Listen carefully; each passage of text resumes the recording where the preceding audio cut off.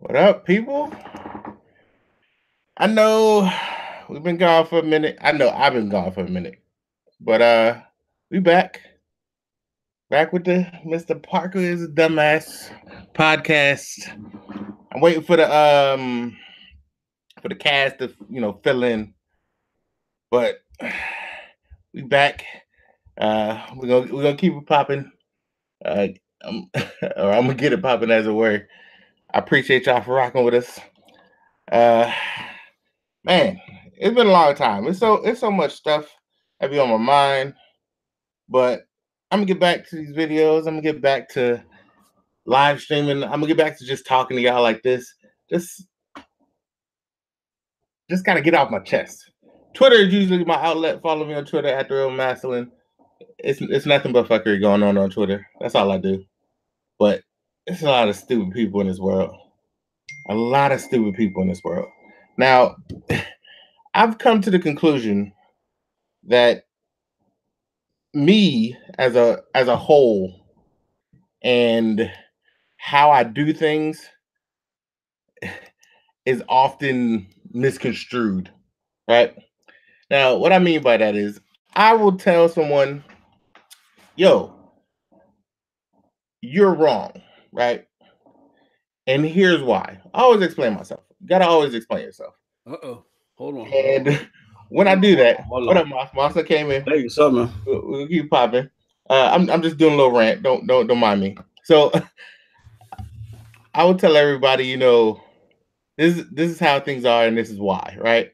That's what I'll say. I always explain myself, always, because if you don't explain yourself, nothing ever goes right, right? Moss popped in, popped back out. Here we got back in a second. But if you don't explain yourself, then there's never anything for you to figure out, right? So I'll say this is why you're wrong, right? And 99% of the time, there's a few people in this community who I go back and forth with, and they the homies. Like it's a bunch of people in this community. We cool. We talk about games. I love talking shit. So I'm gonna talk shit to everybody about everything. It don't matter what it is. Don't matter who it is. No matter if it's bots, if it's ponies, if it's my own master racers. I don't give a damn. I talk shit to everybody. But if I'm having a logical debate with you, right? We having an actual conversation, and midway through the debate, you're like, you're a bot. I don't care what you say. You're a pony. I can never convince you. What was the fucking point of having that conversation? What was the point of starting the conversation? That's what I want to know. What was the point of starting that conversation? What up? What up? Welcome everybody. What was the point of starting that conversation? I know this is like a little mini rant, but I've been on here to talk to you on a little while. So as everybody keeps coming, we'll get it popping. But I just want to know, like, what's the point in those conversations? If you're gonna start a conversation, finish the bitch. Can I answer that for you, Yeah, go Maslin? ahead, yeah, brother. Go ahead. Maybe you know. You know what it is, Maslin? It's because we got to keep it real. We know that the internet is like, hold on, what the hell? Okay, there we go. The internet is like a guilty pleasure. That mob mentality. You know what I'm saying? Where it's fun for people to just say shit. And when people can just say shit, and then you got thousands upon thousands of people saying the same shit that you do, when you're used to maybe walking down the high school hallways and getting thrown in trash receptacles and shit and picking lettuce out your head at the end of fifth period every day, it's a rush to these people, right? So someone like yourself, Mass, that operates off of facts, opposed to just following that guilty pleasure of that mob mentality. When you get into a debate with somebody and you're trying to throw out facts and they're just throwing out puns and slogans, they can't get why you just won't give in. You see what I'm saying? And it's because of that they resort to doing things like retweeting shit on their page, or you know what I'm saying, or just trying to get somebody else that can just do something like identify you as a bot so they can get a whole trove of people to disagree with you. It's just that mob mentality. And because you won't give in, Mass, and I know, because we'll go back and forth and it'll be midnight before the internet will have to break. But it's you're standing firm on your points like you should. That's all. Right. And I'm with you on that, because there are so many people in this community, right, where I notice I'll make a tweet, right? I'll make a tweet, and if someone else makes a tweet, I will go on their page and I will, 90% of the time. Sometimes I do the whole retweet with a comment, but most of the time I just go on their page, that comment, and I'll start talking, right? Yep. There are some people in this community who every time they start a conversation, it's always in retweet with comment. They just always want to retweet with a comment so that their fans, quote unquote, their followers can see it so they can jump on that bandwagon, assuming that shit means anything to me. Yep. You getting, some likes on a comment that's full of shit doesn't mean a goddamn thing to me. I know it makes you feel better, but that shit don't change what the conversation is about. Exactly. It doesn't alter the facts. They think it alters the facts and realigns the stars and shit, and it doesn't either. Man, that shit in no way, shape, or form is gonna change the reality that we are in. Like, y'all motherfuckers think y'all call. It's like y'all send up the fucking bat signal. And these are come running like, hey, exactly. You're wrong. You're wrong. Because this person said you're wrong. Yep. Like neither one of you motherfuckers are actually gonna tell me why.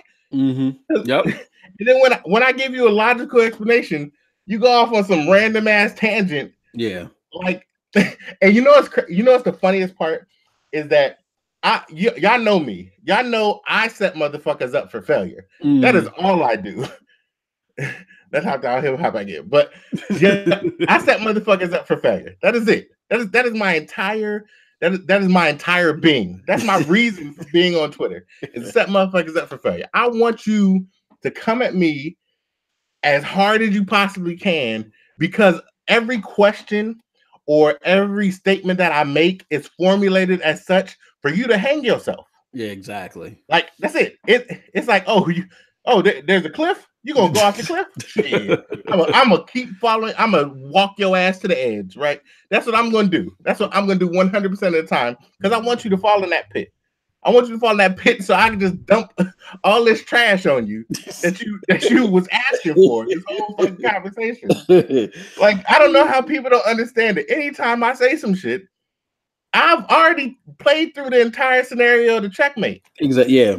Like, y'all motherfuckers come on all emotional and shit. I don't care. But that's their trump card, is like, and we see it in the DM, the fanboy DM, right? Where you'll come back with a fact, and then there goes Master again doing it.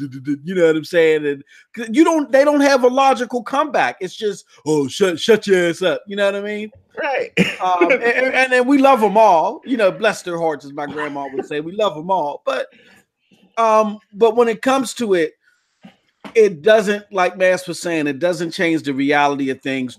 Don't waste my time, because here's what I do. I like to just start shit because I'm just a troublemaker. Misery loves company. But don't waste my time going back and forth and you're just throwing out hyperbole that you don't know about. You know what I'm saying? Oh my God, I hate that shit. Like, don't get into an argument about football with me if you've never seen a game. You see what I'm saying? It happens all the time here. What was you about to say, Maz? That's exactly how I feel, bro. Like, it's so crazy. Like for instance, like there's been this ever since what's his name, Matt Piscatella, right? Now Matt gets paid to talk about numbers. That's what this motherfucker gets paid. Exactly. He has access to information that 99.99% of these fucking fanboys don't. Yeah. Like, the reason y'all motherfuckers are able to even talk about numbers is because it's the ones he fucking gives you. Exactly. Like, right? So he gives you these numbers. He doesn't even give you all the numbers. There's so much stuff that you got to pay to play with. Like, that he gives you what he can based on, the vast amount of information he has at his disposal, right? Mm-hmm.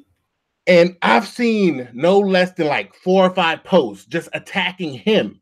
He's a bot. He's a troll. He's an ex-cuck. Like, what kind of bullshit is that?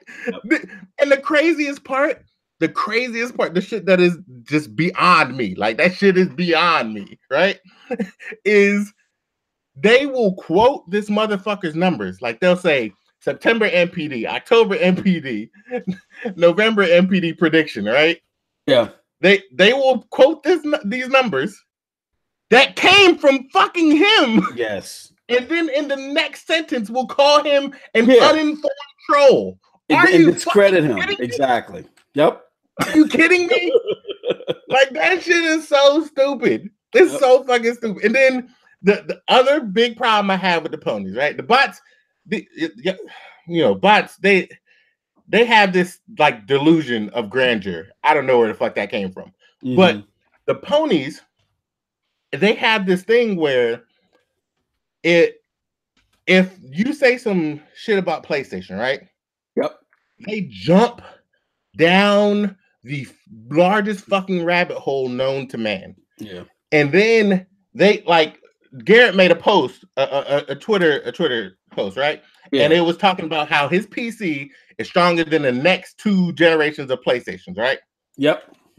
This dude was like, yeah, but we're playing generation defining exclusives on PlayStation. I was like, which games defined this generation that was on PS4? Which PS4 games defined this generation? He said God of War. I said, okay.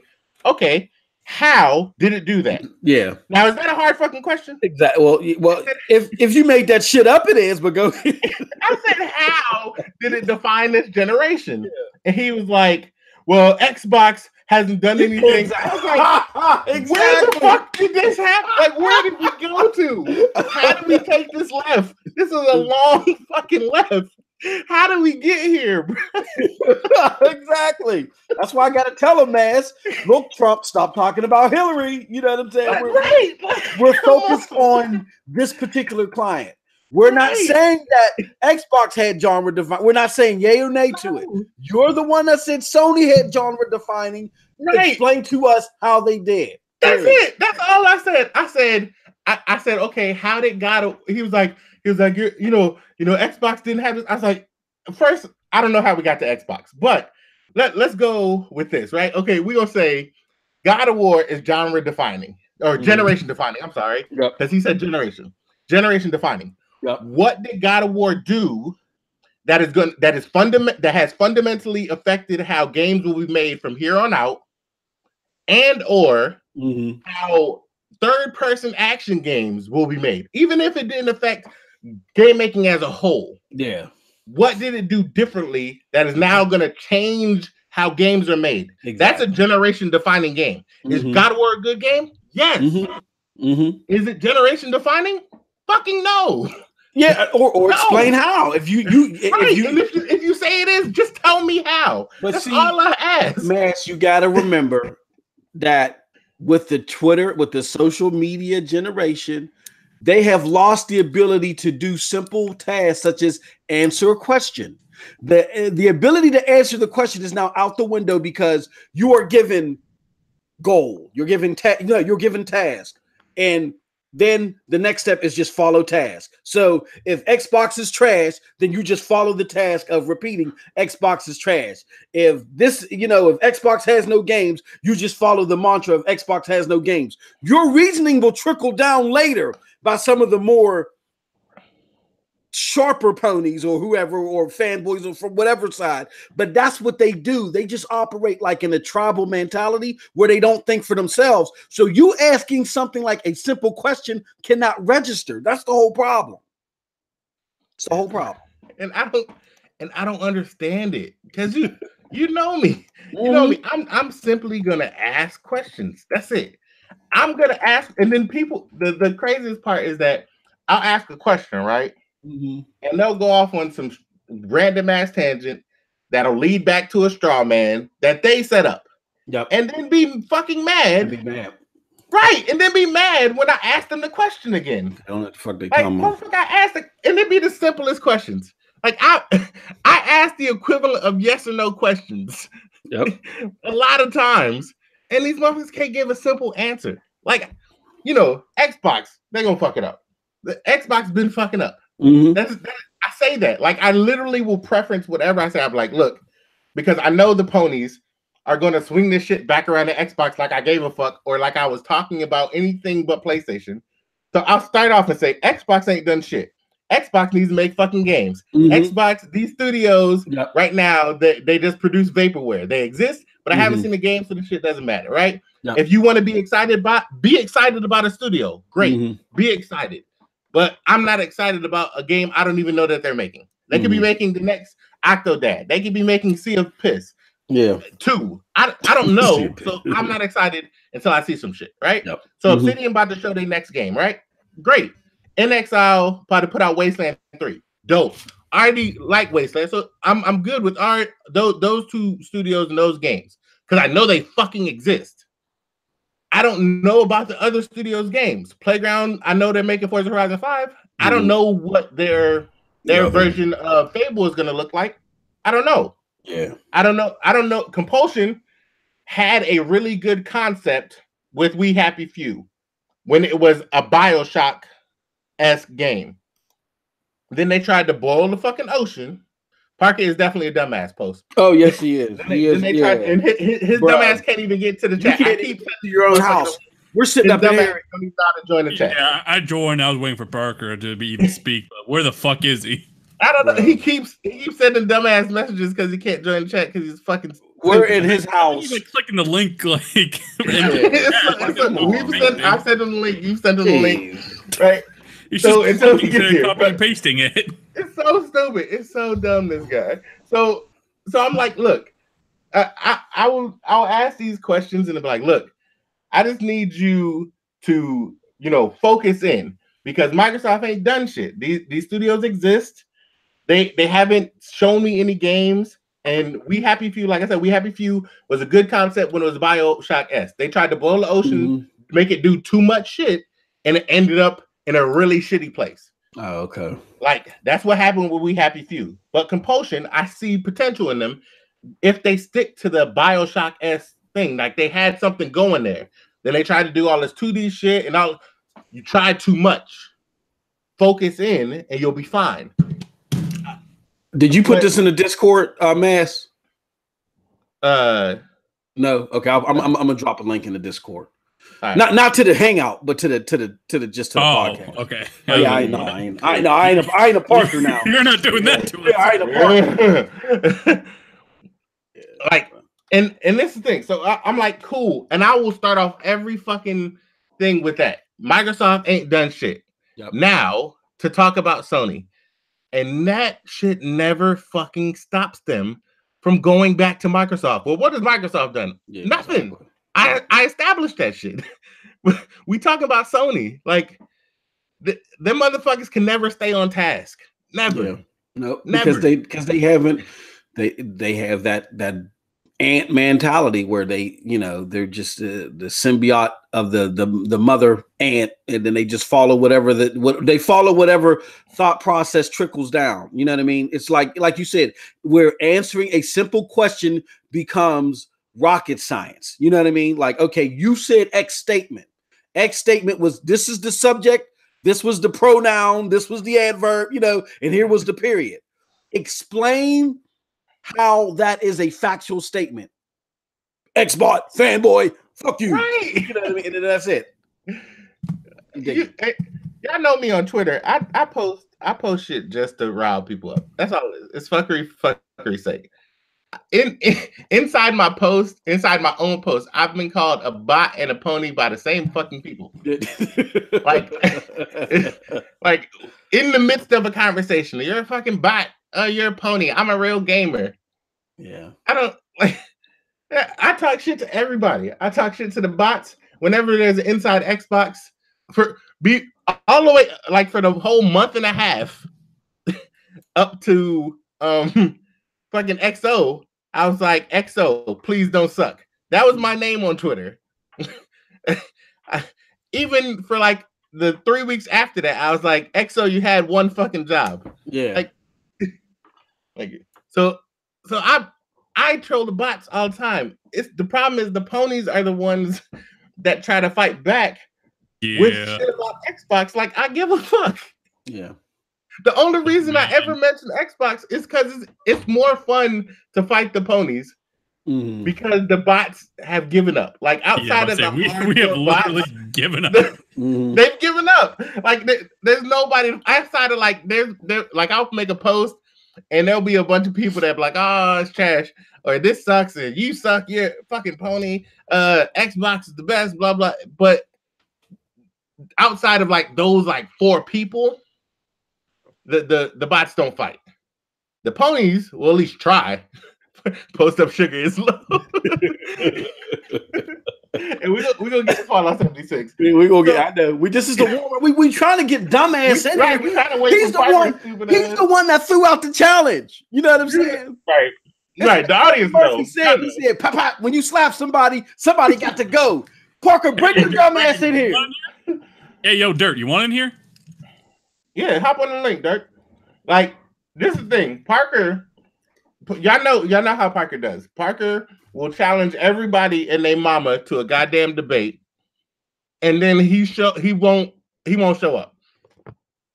We sent Parker the link to a PC bet, and we see how that's going.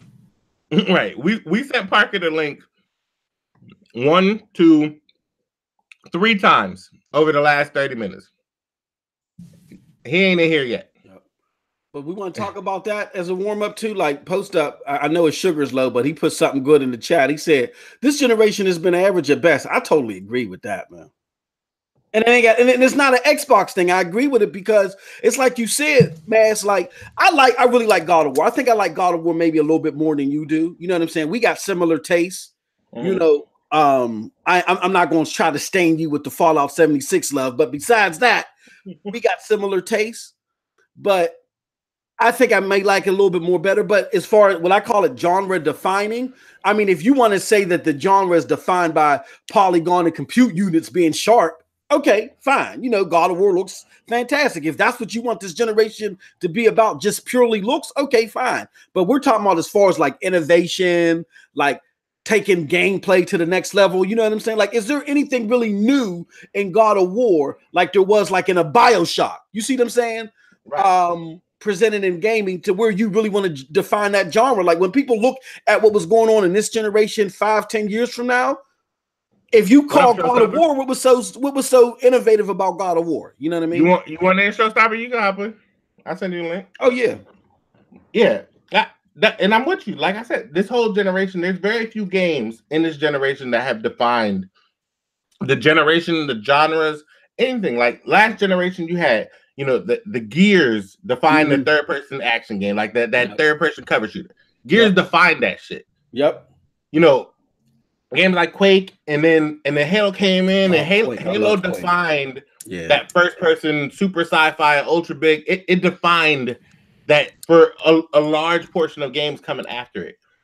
You're not gonna see a bunch of games mimic exactly what God of War's doing. You're not. Like that's obvious. Like the next game that'll probably change how things are done, or not even the next game. The game that's come closest this generation so far is Red Dead. Yeah. Yep. Even love or hate Red Dead, love or hate the mechanics, all that shit. That's neither here nor there. But Red Dead, it's so fucking detailed that it'll cause the next generation of open world games to decide what level of detail they need to go to. Yep. You know, some people be like it's over detailed. Sure, you can make that argument, but the fact that fucking detail is in there, and it's never been in there like that before, right? It makes you be like, oh shit, it's defining. It's something. It's defining. It's something that, like, look, right after Red Dead. Before Red Dead came out, what was the game everybody was talking about that was going to push the envelope? Cyberpunk 2077, right? Yeah. And that shit is still going to change it. Red Dead forced CD Projekt Red to make comparisons of how this shit's going to be on par with Red Dead Redemption as far as, you know, the definition and the detail and stuff like that. That's genre defining.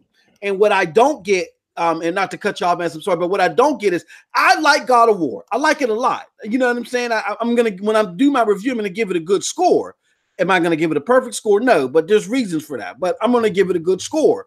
With that being said, again, genre defining means something that's new and unique and innovative that's going to bring that's going to pull other developers to say, ooh, that's some shit that we've never tried before, like how you mentioned with Quake and the engines that John Carmack used to make for Quake. That's genre defining stuff, not just having a good game. That's not necessarily genre defining in my book, but that's me.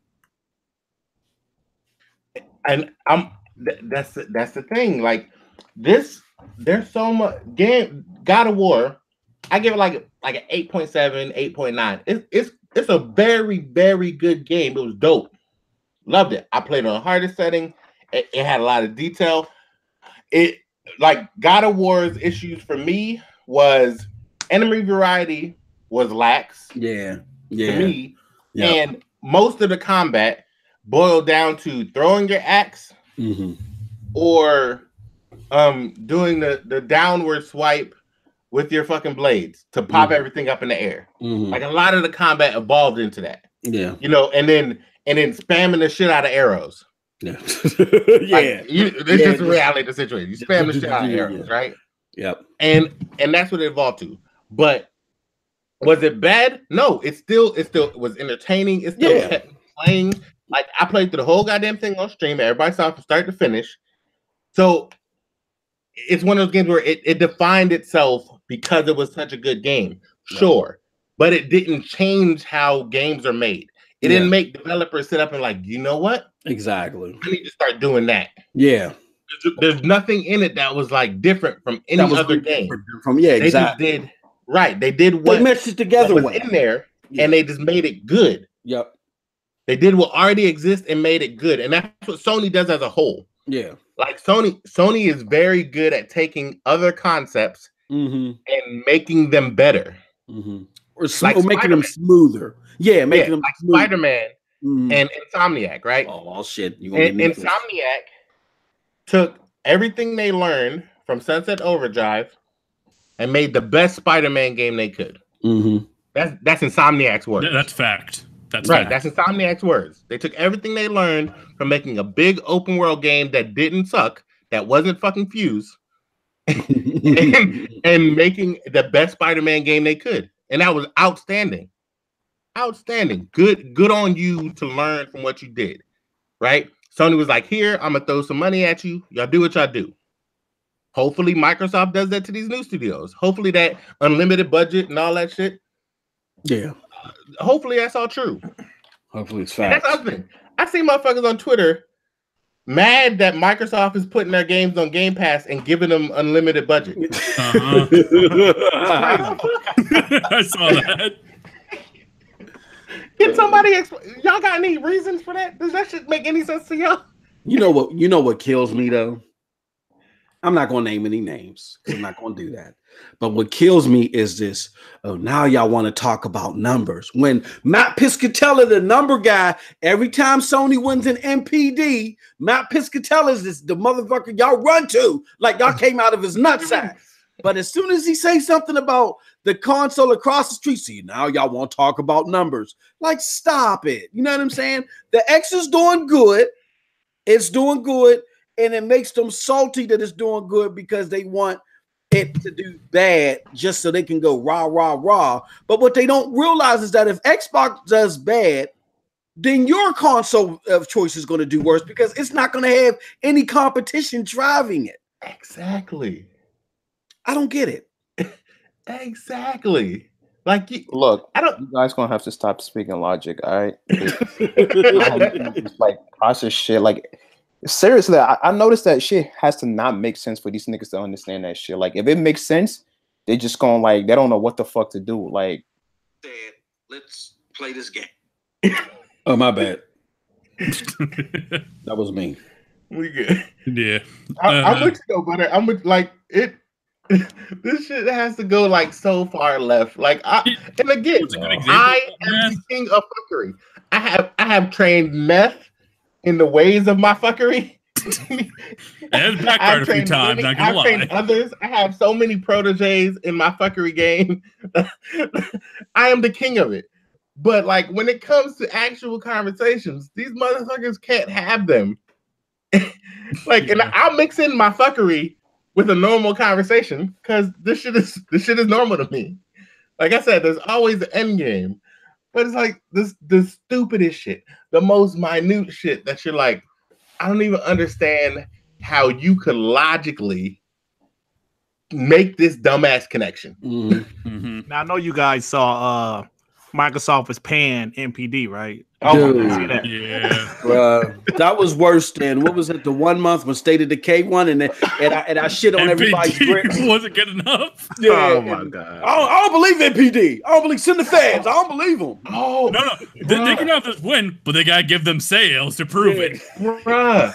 And the craziest part is that it was like, what was it, like 2-3 weeks ago? The motherfuckers was back to showing fucking BG charts numbers. And we're like, They're still doing it. Motherfucker, did you not like understand this shit? Yes. Like they showing these numbers from GAF and Reset Era, and this shit is on repeat, right?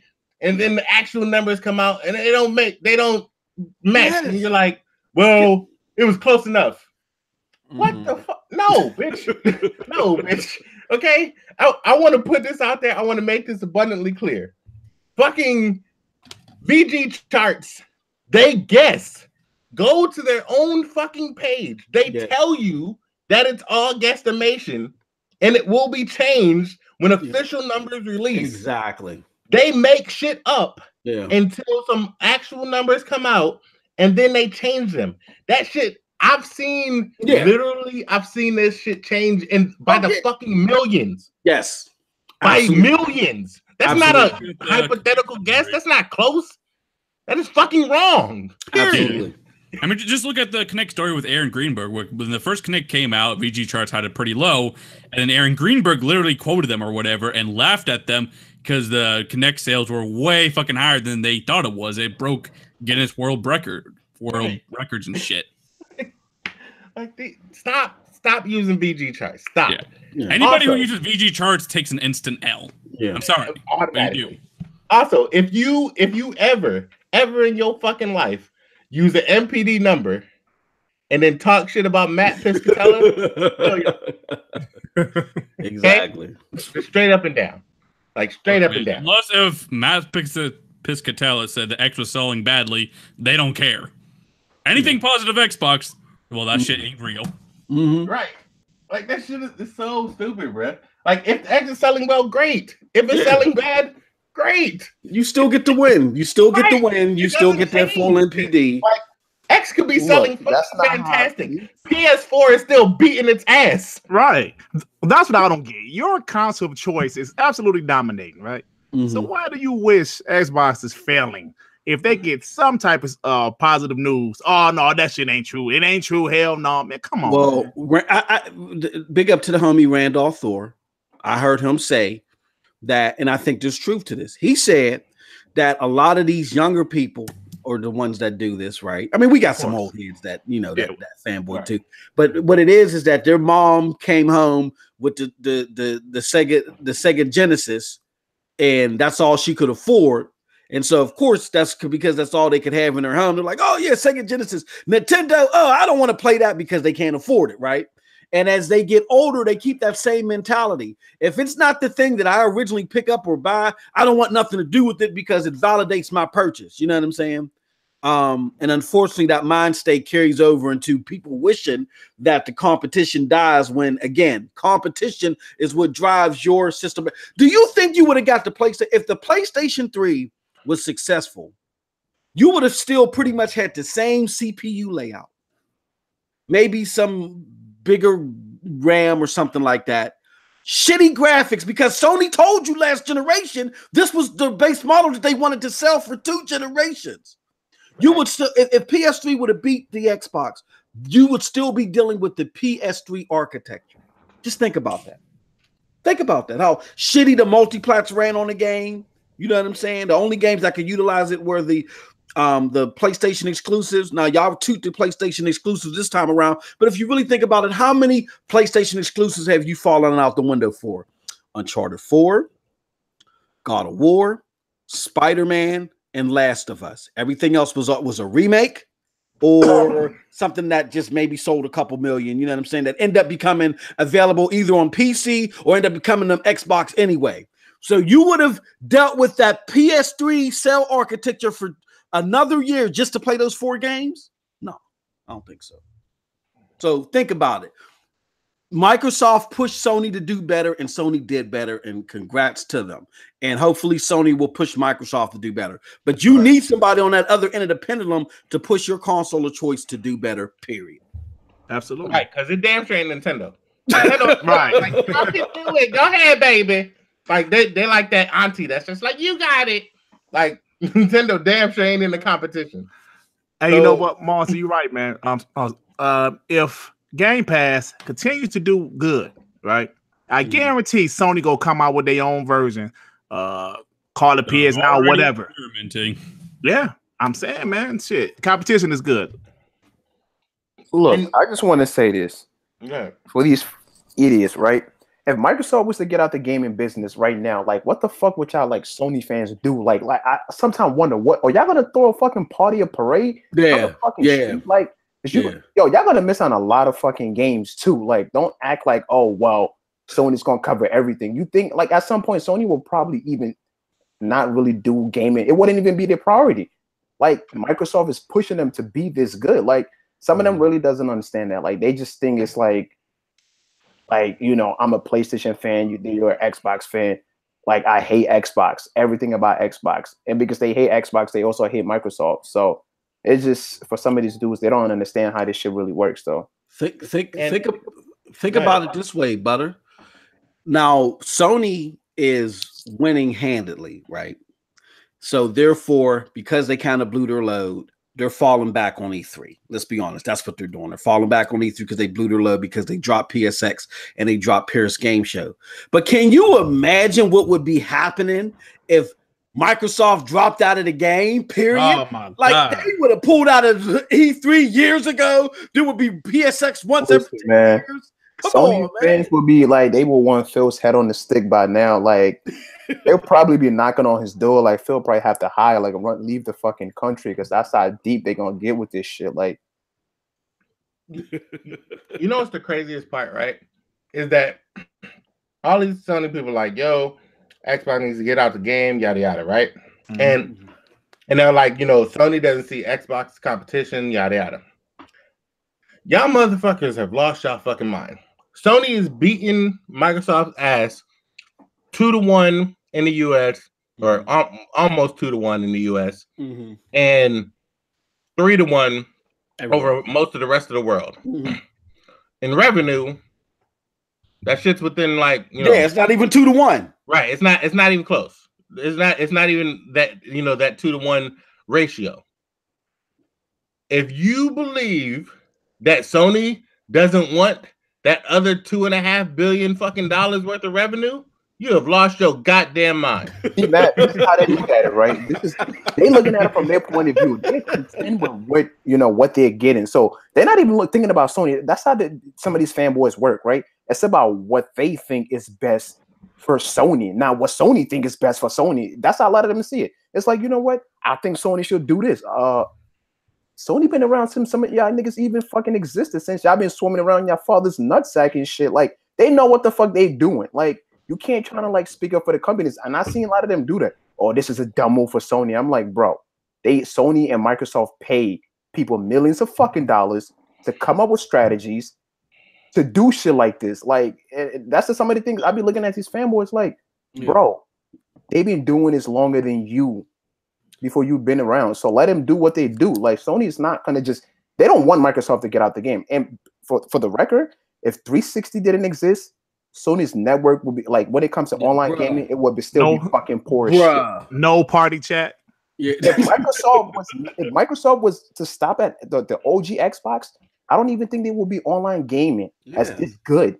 Yeah. So Microsoft needs to be in the game, because when it comes to networking infrastructure, they're gonna push Sony too. Not just Nintendo, they're pushing the whole entire industry. Hey, look, Butters. What here's the ebb and flow.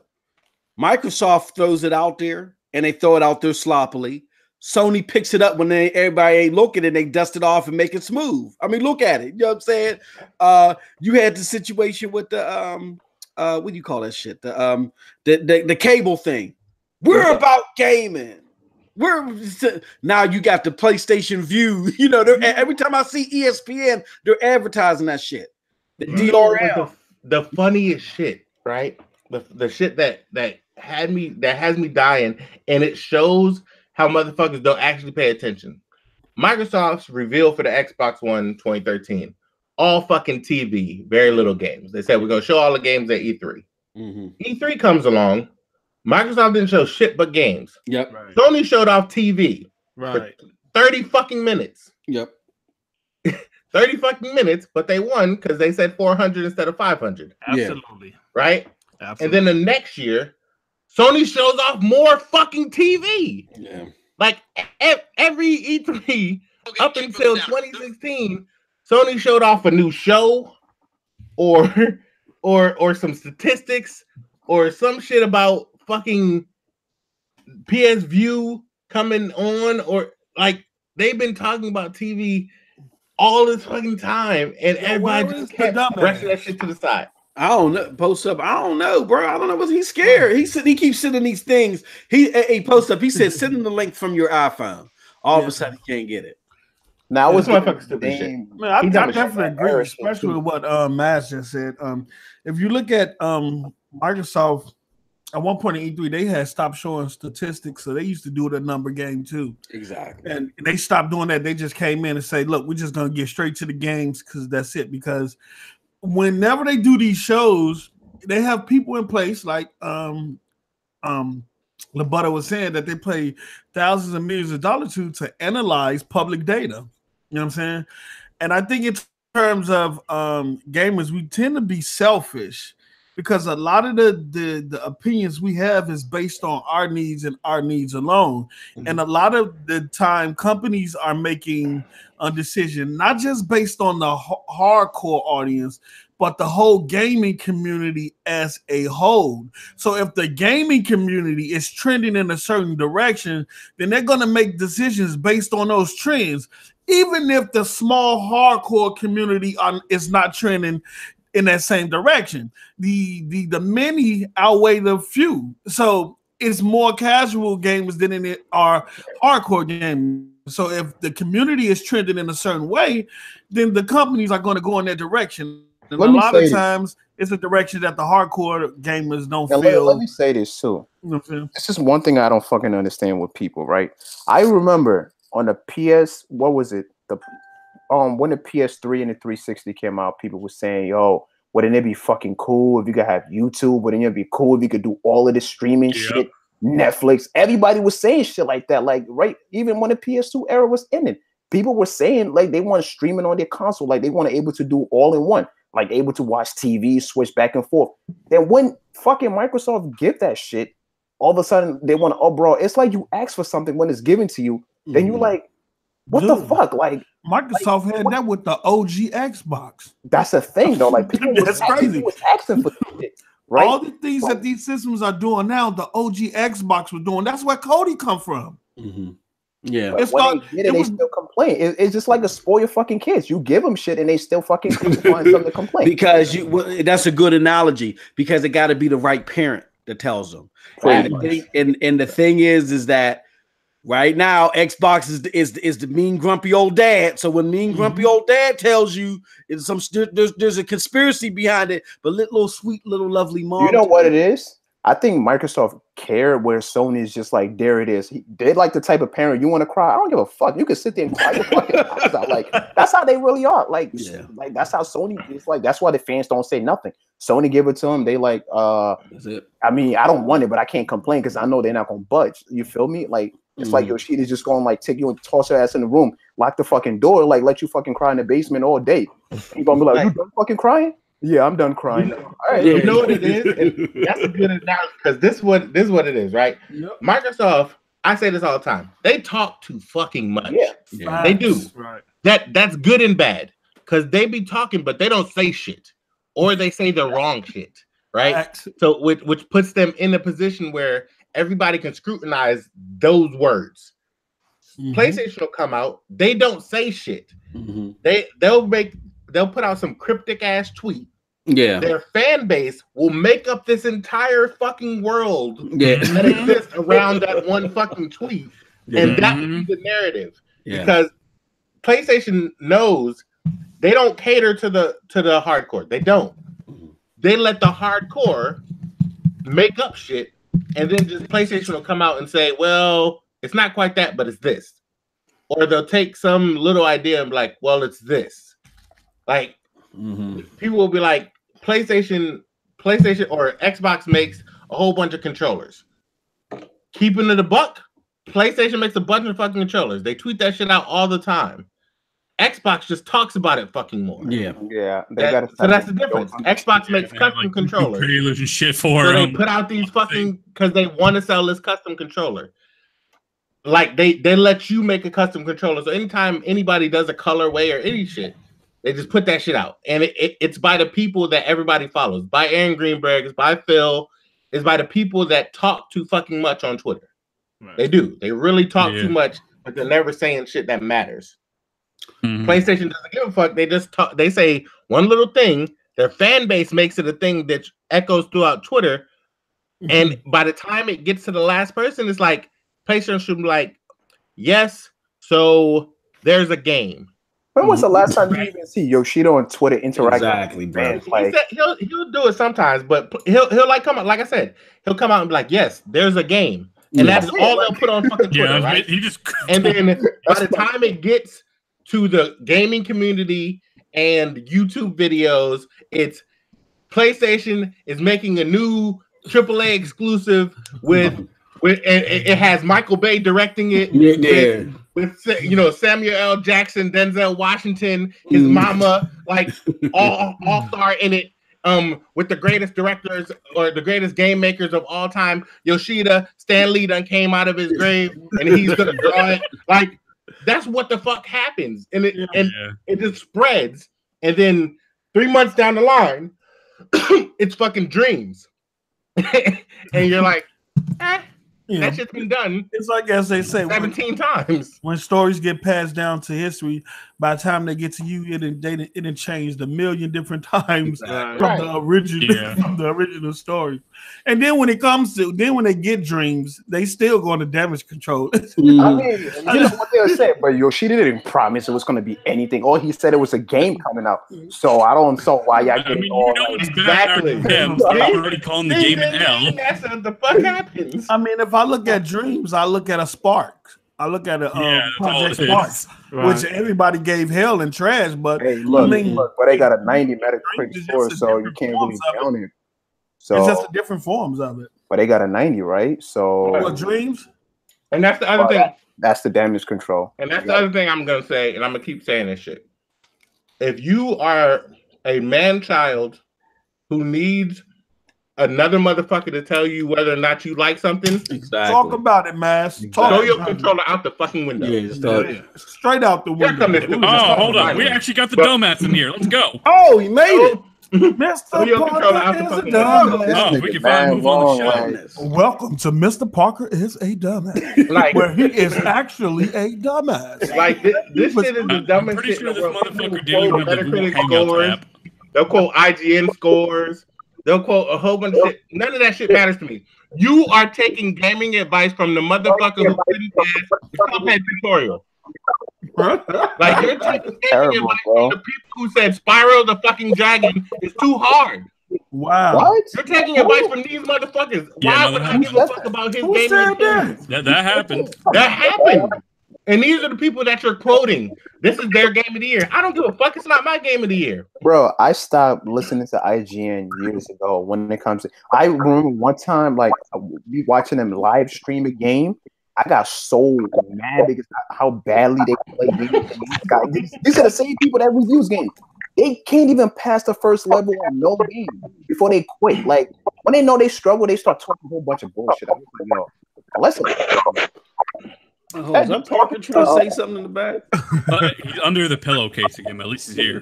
Parker, get out the second place. The pillowcase again. Yo, Parker. Oh, he said that like you called him out. Like I'm ready for that. Yeah, hey, look, man. I came to curb stop this mother. Who's he talking to? You talking to a social worker? Say F you, but you talking to your social worker, motherfucker? Come on, man. No, Parker, man. Siri is not going to tell you. Oh, the he answer. cocked. I don't have to use this tablet though. You don't know how to use tablet, bro. It's easy. No. I'm saying I didn't want to have to use this Amazon Fire tablet though. I should be able to connect to my iPhone though. I don't know what's going on with Google though. But that's You suck. You're a dumbass. That's what's going on. And the host of the show, people, about to get down. Let's talk about that Fallout 76, man. Let's do this, man. Let's do this. Hey, yo, tweet this out. Let everybody know. Hit the like button. Because it's going to be 8 against 1, but I'm going to take them all This out. nigga Miles been on Twitter with that Fallout, man. Yo, It's going to be nothing but You're not smoldering tired, bones bro? up in this bitch. you not tired? Hey, bro. It's going to be smoldering bones. Mo said, I don't get tired. I don't get exactly. When it comes to Fallout, he's ready. When it comes to Fallout, I seen this nigga arguing with everybody and Hey, bro. Enjoyed the Fallout show. 76. Enjoyed the show, and to everyone watching, there was no bullying during this stream podcast because Mr. Parker in reality is actually a dumbass. Enjoyed the I don't say the earth is flat though, but another story, right? Uh-oh. Oh shit! oh, shit. Shots fired. That's fired. Don't worry. I'm a curb stomp his ass. All right, Parker. What's the problem, man? Look. I like Fallout 76. I'm enjoying it. No, right? Go ahead, bro. I know you're defending Fallout 76. Okay, I got you. You do go to Starbucks, so I'm not too surprised by that. So go ahead. No, I was just saying, you got a problem with me liking what I like. You mad because I don't want the chicken fingers with you. I want to eat the spaghetti instead. You don't want to bringing the static to me. You the one that asked for this. So you start. What is your problem with me liking Fallout 76, bro? Why is that a problem? Oh, 76 is a complete game in your eyes, Fallout 76? Because I know if Sony came out with something like that, you would have a whole lot to say with the so-called medicine. Yeah, so I would talk to him. Yeah, I would. I would have a whole lot to say. I would say finally Sony came out with a game with some good gameplay. Shit, it's about goddamn time instead of the climbing simulators in Uncharted 4. But with that being said, hey, look, man. As far as Fallout 76 is concerned, I don't have a problem with people not liking the game. I don't have a problem with people saying the game ain't perfect. I ain't got a problem with people saying that there's bugs in the game, therefore it's a little bit too buggy for them. The problem that I have are the lies, the myths, and the misconceptions. Those lies, misconceptions are, number one, that the game is totally broken for everybody, that you can't deny that it's broken. The second lie is that there's nothing to do in the game. And the third lie is that because there's no NPCs in the game, you know what I'm saying, that it tears apart the fabric of Fallout 76. That's what I've been addressing. I've been asking people on Twitter to deal with those specifics, and they can't do it. It's like what Matt said earlier. Every time you ask Trump a question about Trump, he jumps to Hillary. I just want people to answer my questions if what they saying is true. Bring the evidence, because I got two-hour streams to the contrary. So just hit me, Parker. I'm energized. I'm waiting for you to hit me with your questions. Bro, Fallout fanboy, how much Bethesda paying you right now? Bethesda's paying me with a good experience. Fuck, dude. No, go ahead. Come on now. We ain't gonna do that. Now, you can recommend that game to your friends to go and buy and play. So let's cut the bullshit, Miles. Say that again. I missed that, Parker. My bad. You can recommend that game to your friends to go buy and play, whatever. Yes, sir. Yes, I can. I can recommend that game because if you're a fan of Fallout, all of the elements are still there. The crafting, the searching the wasteland, the doing quests, the building the weapons, all that stuff is still there. Minus the NPCs, you're missing those dynamic conversations. But 80% of Fallout is basically journeying the wasteland, crafting and looting and doing all types of shit like that. And to be able to do that with your friends is a pretty good experience. Do I think it's a 9 or 10 experience right now? No, I would in no way, shape, or form rate this game to be a 9 or a 10 in that realm. But is it a fun experience to where a fan of Fallout would enjoy with your friends? Yes, I do think that. Come on, man. You killed me right there. I mean, Okay, so give me a reason why not. Have you played? Let me ask you a question. Have you played the game? What would you write about from your personal experience? 76, Mas. Keep it real. You said, what about my personal experience? He said, what would you rate? How would you rate it? I got like 15 hours in the game. So right now I would rate it anywhere between, I would say like a 7.5 to an 8 right now. You know what I'm saying? There are some issues with the game, but it's not what people are saying. There's a couple of things that I don't like as far as the balance of PvP versus PvE. My co-host TRS ran into it this morning and he went buck wild in my DMs and all this other shit. We're going to talk about that later. There's some balancing issues there as far as that's concerned. But again, for those that are fans of the series, for those that like that Fallout experience, I want to witness that Fallout experience and witness, to be honest, on the console side, not the PC side. That's another issue too, why I dropped the score on it so far. But for those on the console side that want a Fallout experience that honestly is running better than your typical Fallout game at launch, then, and you want to be able to play Fallout with your friends, this is that game, period. Look, my only issue with this Fallout game was it's been the same engine as Fallout 4. Yep. I personally felt that there should have been less bugs than Fallout 4. That's just my problem was what Bethesda was. You was working on this. It's like a copy and paste basically, but why does it have more bugs? That's the only thing that bothered me. It's like if you're gonna copy and paste from Fallout 4, you know, use the same engine and everything. It should have been like it shouldn't have this many bugs in the game. Like I mean, personally, that's just how I felt about it. Like I would have understood if it was a completely different engine they were working with, but it's kind of been the same. But so me personally, I was like, all right, man, what happened? Like, come on, if you're gonna, you know, do that, it should have been less bugs. Like, I got you. I got Parker. Yeah, go ahead. Parker, two things. A, plug in the goddamn headset. Yeah, yes, you have the worst. Yes, you're echoing, you dumbass. Plug in a fucking headset. It's a brand new headset I got in here. That's a point, though. Okay, now you're using your headset. You're probably using your built-in microphone. You got to change that. Yeah, right. You got us on speaker, so your feedback is mic. Right. So go to the settings. You should be using earbuds. Hit the settings and change the default to the headset. The default to the headset. Honestly, at this point, Mastalin, I'm forced him to get a fucking mic. Uh-oh. Hey, you don't have to mute Parker. We will have to mute Parker on his own shit. Yeah. Horrible. Yeah, that shit sounds terrible. My nigga, like, oh. The motherfucker, he broadcasted straight from SeaWorld. Yeah, mute his shit. Right. I muted it because, oh my God, that shit is so bad. Luca, what up, though? Yeah, what's up? What's up, Luca? You coming here to try to get some of this work. Listen, what work, Mighty Mouse? I just heard you bullshit. Listen, I don't have a problem with you guys enjoying the game or not enjoying the game or not wanting to get it, except that you've been calling people haters and liars all on my fucking timeline since you started playing this bitch ass game. Fake outrage. Fake outrage. Are you serious? Damn. Are you fucking serious? Listen, fuck nigga. I got Mass Effect Andromeda at launch, okay? I didn't have any bugs with Mass Effect Andromeda. Does that mean that Mass Effect Andromeda didn't have any bugs for other people? No, that is no. And then there are videos showing evidence to the contrary for Fallout 76, and then it's like you get lucky and don't experience any bugs, and you're having fun with friends, and then suddenly it's like, oh, they're all lying.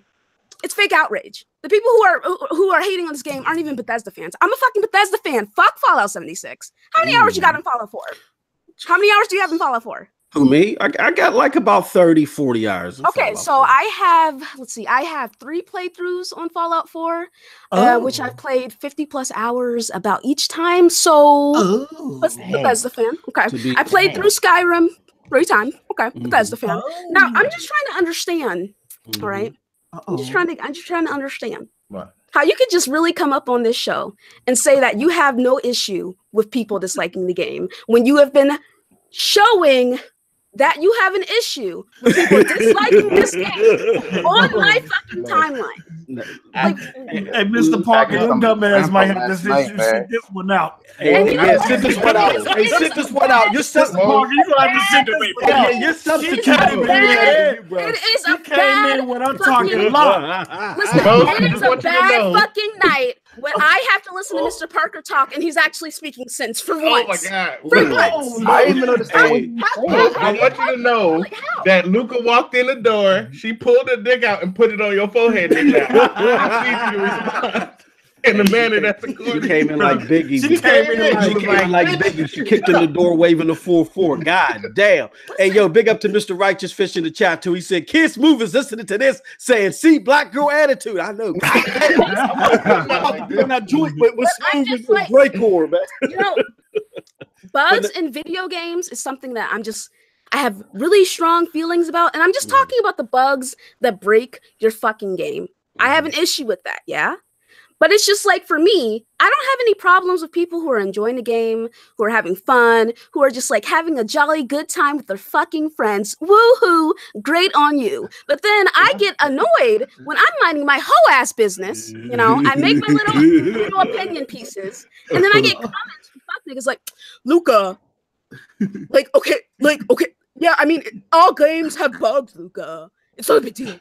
I'm having fun with my friends. Listen, Moss, I better see your ass still playing this game in fucking February. Because it's a game as a service game. I better see you still fucking playing this shit in February with the way you are damage controlling for them. I better see that. Can I say something? I'm nervous now. I had to change my trousers and shit. She came in here fair. Hey, look. His tone to change. Somebody get the casket size. I had to put on my Kelsey Graham. Nigga sound depressed now. You went from real brolic. Look at you all. Yes, so how we're going to do this is. Hey, look. Can I please say this? Let me say this. Okay. To everybody that is fucking with my girl Luca about her not liking the game, leave her alone. Now, let me clarify something here. My issues I have not been flaming people because they don't like the game. That's fine. Like my homie, my co-host, Dirk Griggity, he don't like the game. That's fine. You know what I mean? But my problem is when people lie. It's not that when people say there's bugs, but people have been saying there are game-breaking bugs across the board. Like I've heard the phrase, and when I make my video, I was responding to the phrase, even fanboys can't deny there are game-breaking bugs in this game for everybody. I have two 2-hour videos out there that show to the contrary. So I'm addressing that lie. The second lie that I'm addressing is there is nothing to do in the game. That's a goddamn lie.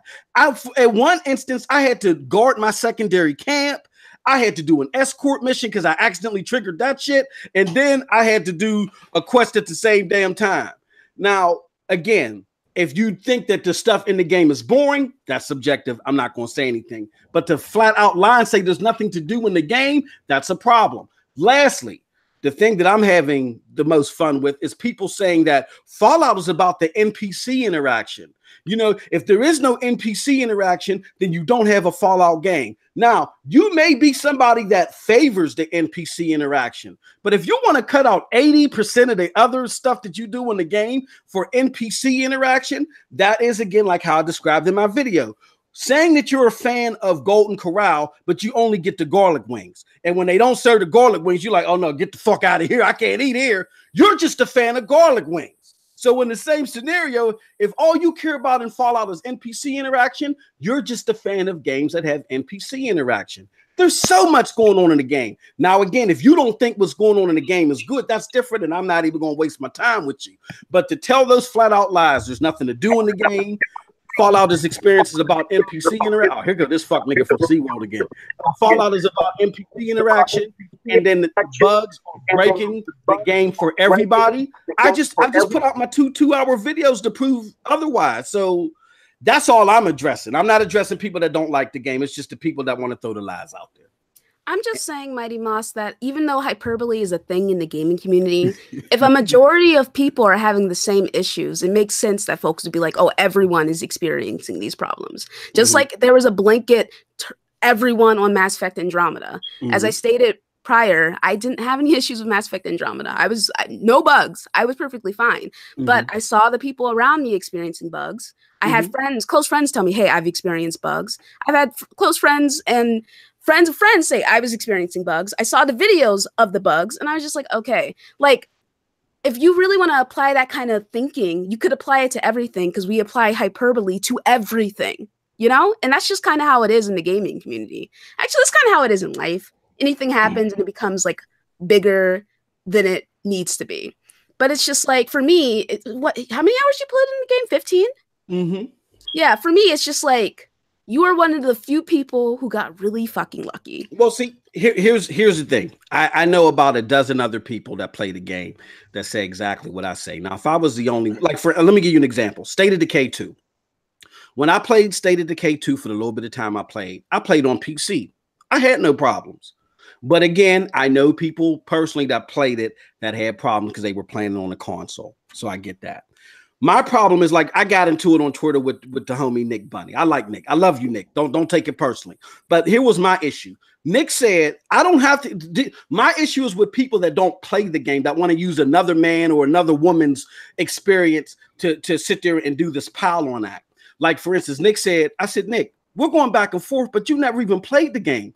I ain't got to play the game. It's like watching a car wreck on the news. If the news reports a car wreck, then it's a car wreck, right? And I said in response, well, Nick, in the same vein, if the news reports that 4 people were in the car and they all died, but then 2 people all of a sudden say, hey, hold on, I survived, then before you start running with the original story, you better do some due diligence. And that's all I'm doing for the community. I'm just simply saying, before you start running on this hyperbole too far, I can get originally y'all thinking that, but as people, as streams, as all this stuff is out there, to the contrary, you're actually doing a disservice to the people that are like me, that may want to do the game, that may listen to that, because a lot of people don't take it as hyperbole, they take it as fact. When they sit there and listen to the IGNs with their NPR voices, yeah, I played the game, this game-breaking bug, and you can't even get past the first level, you can't rock past 2 rocks. Then I'm sitting there thinking like, oh shit, it's that deep.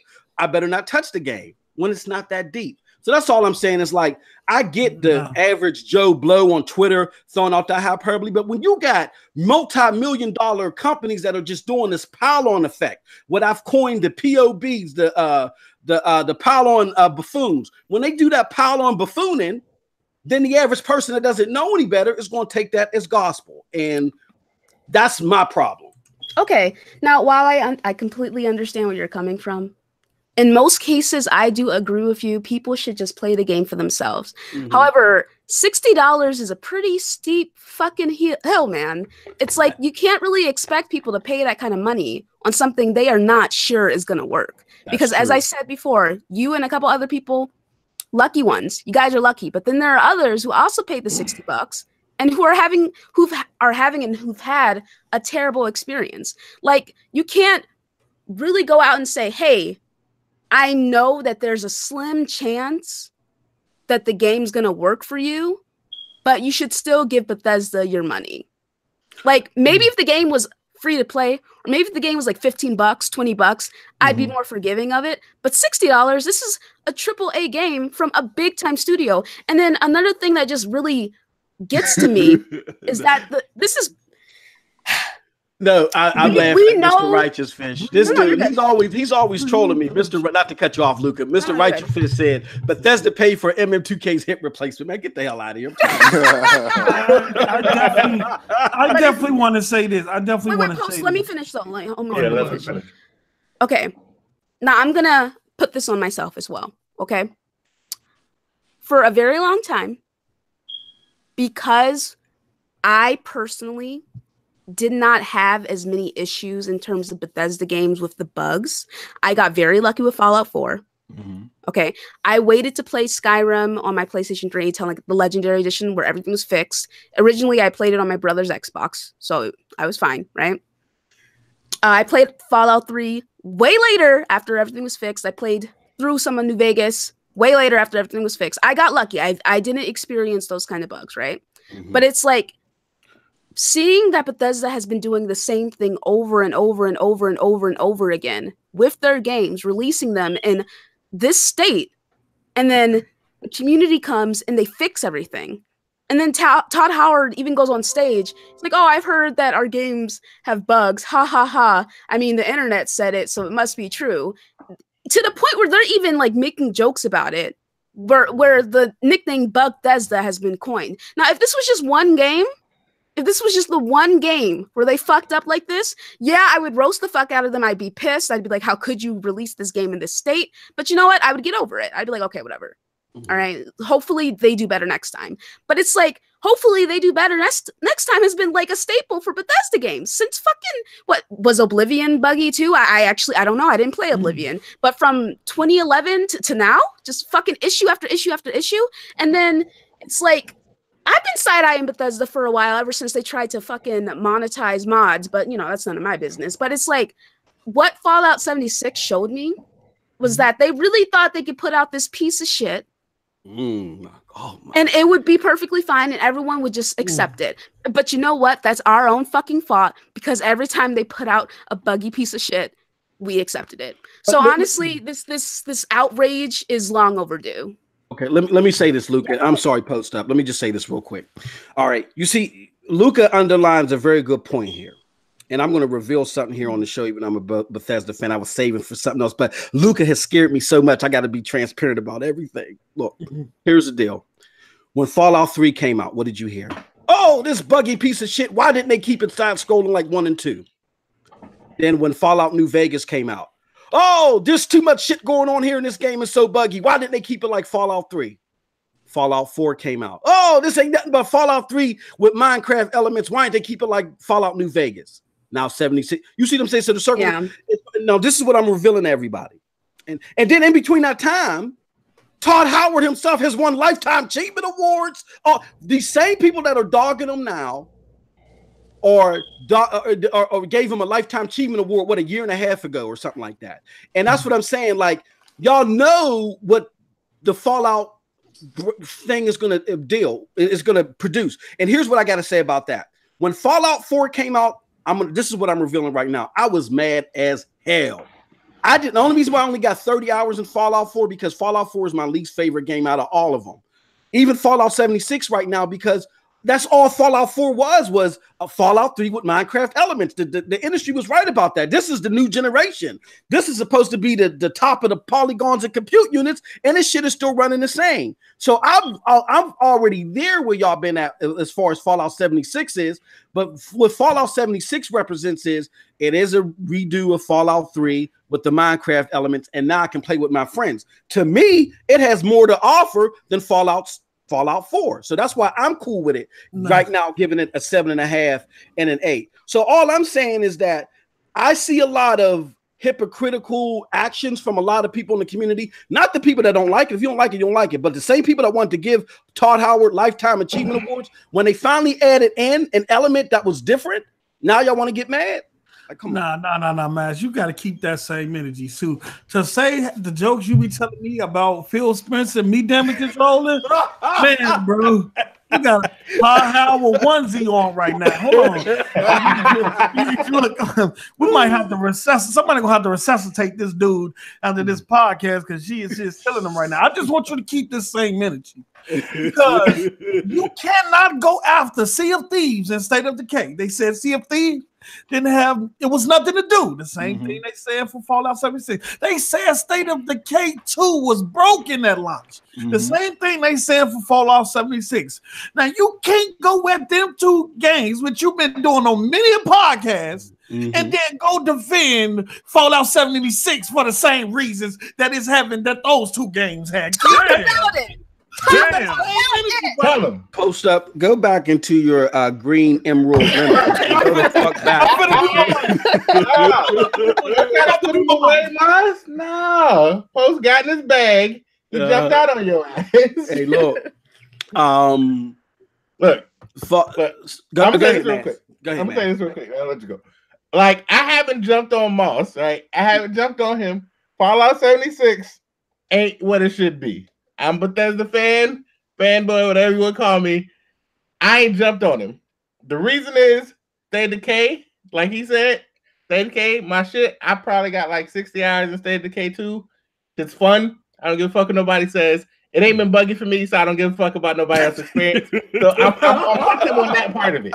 I'm with him on that part of it, right? And I ain't jumped down his throat. I got Fallout 76 on 2 different platforms.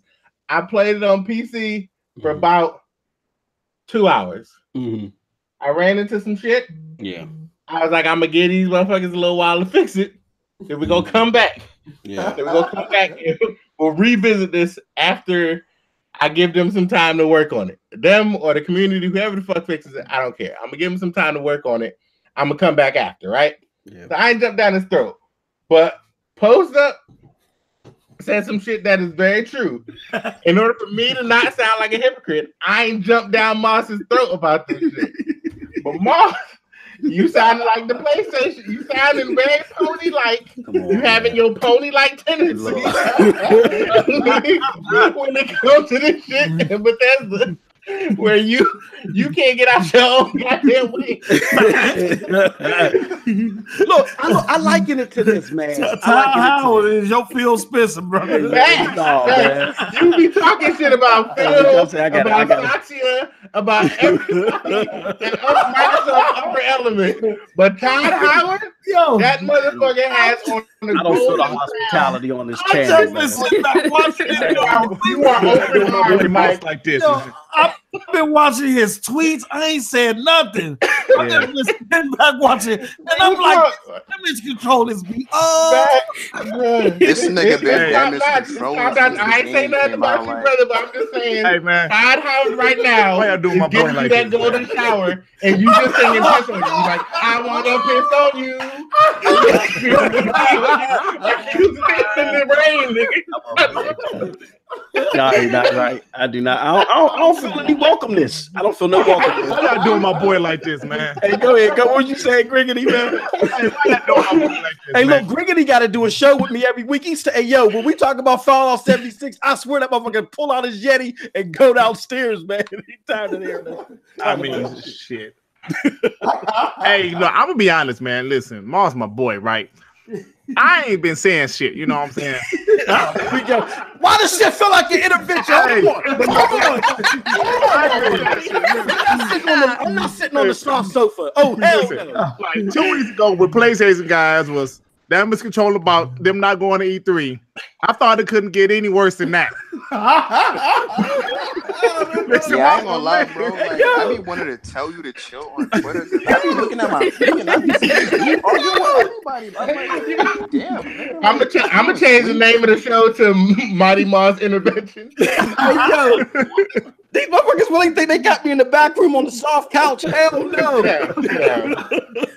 Have a seat for us. Have a seat for us, Moss. Hey, man, let's have a seat, man. Let's sit down and relax. Let's, you know. Can I put we love you? We want you to know that we love you. We have to love you. We had to tap you in the line. Listen, man, we're just concerned about your behavior lately. That's all.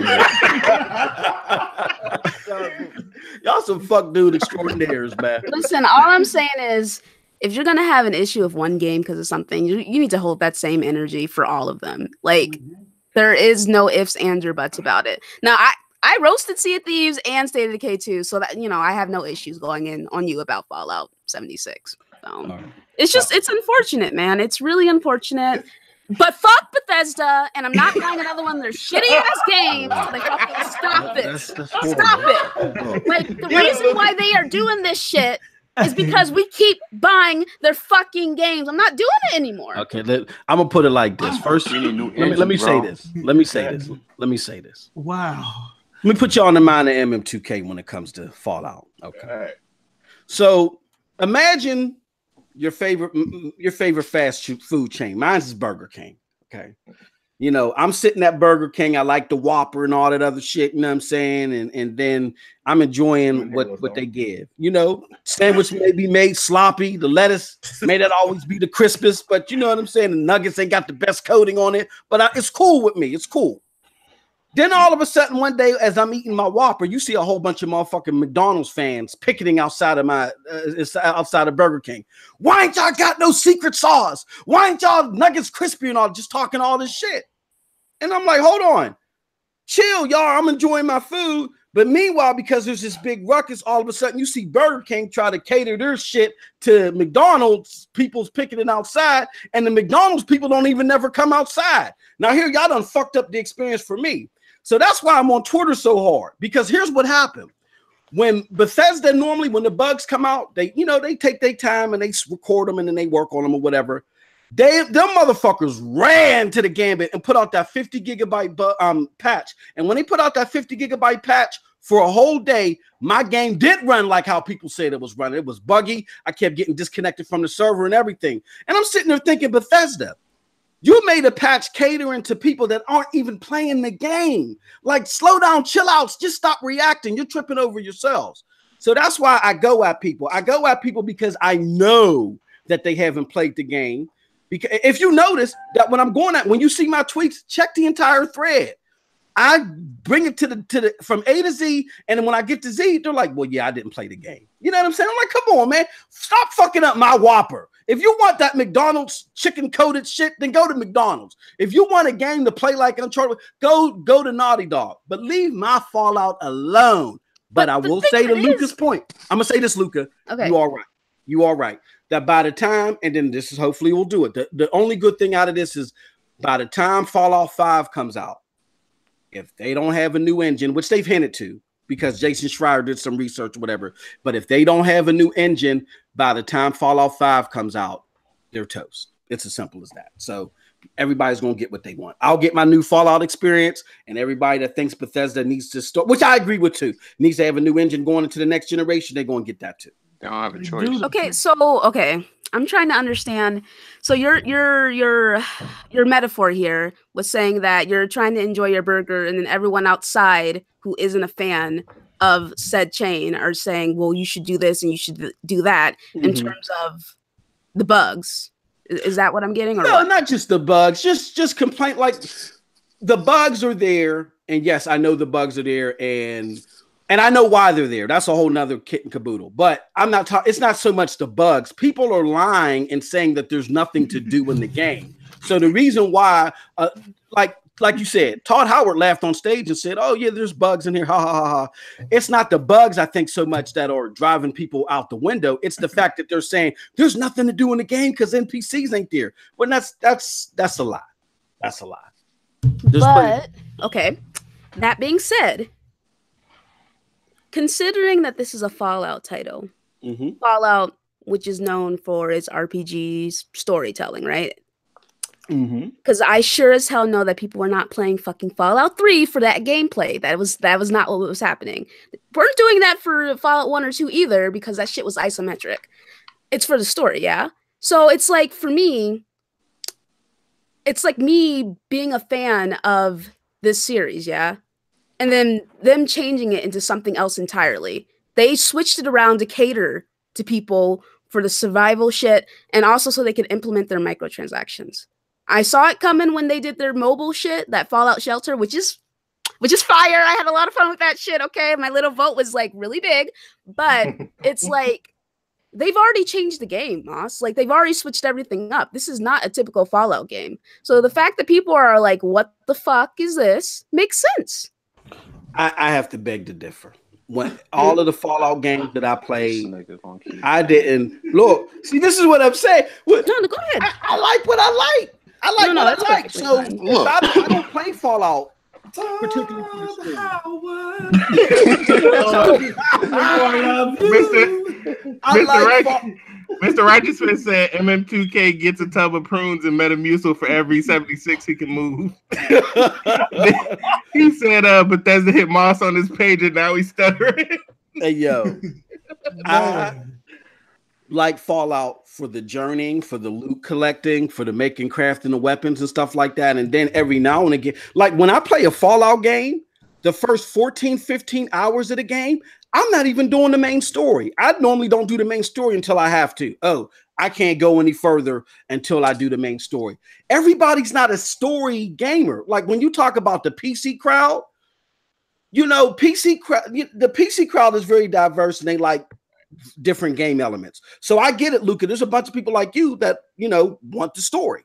There's a lot of people that like me that play Fallout, not necessarily for the story. Fallout is that big and it has so much to offer that you can fit into different camps. So someone like myself who wasn't really like, I mean, there is a story in here, but for it to be told by an NPC, I don't care about that because, like I said, it's normally like 14, 15 hours into the game. And my co-host, TRS, will attest he's the same way, and other people that we play with are the same way. We get 14, 15 hours into the game before we even touch the story. And I don't mind the fact, again, I don't mind that people don't like the game. I don't mind the fact that people don't say, hey, look, this ain't what I like in the Fallout game, so I'm going to leave it alone. The problem that I have is when people universally say, no, the Fallout experience, period, is gone. That is not true. It is not true. That's what I have the problem with, the simplification and the over-exaggeration of what's going on here. You know how I understand. understand. State of Decay 2 players feel, brother.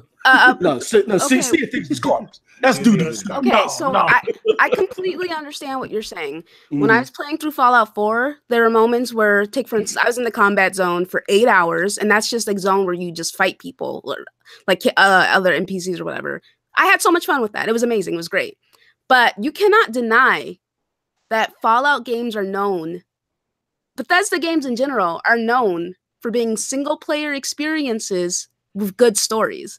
That is what they are known for. Just because you and some other people enjoy it for different elements doesn't change that is what it's known for. Am I wrong about that? That's an element it's known for, and there's also a subset of game. That's the main element, though. But I don't agree with that, because even when they introduced the game, Luca, they introduced it as your journey in the wasteland. You know what I'm saying? You're in the wasteland. There's not really a story in the wasteland. You're going through buildings, fighting enemies, finding loot and stuff, and bringing it back to a city. But people remember Fallout 3 and Fallout New Vegas because of the different stories that they encountered based off the different NPCs they encountered in different votes. So even though you're saying it's like, yeah, it's exploring, but they're exploring to find something of substance, not just collect things, which, like I said, it's perfectly fine if that's the element of the game that you enjoy. But universally, Bethesda is known for their storytelling, which it's usually only the side stories that, first of all, let's just break this fucking down, okay? Skyrim, you are the Dragonborn. Go kill the big dragon. That story's shit, okay? That's the main campaign. It's garbage, all right?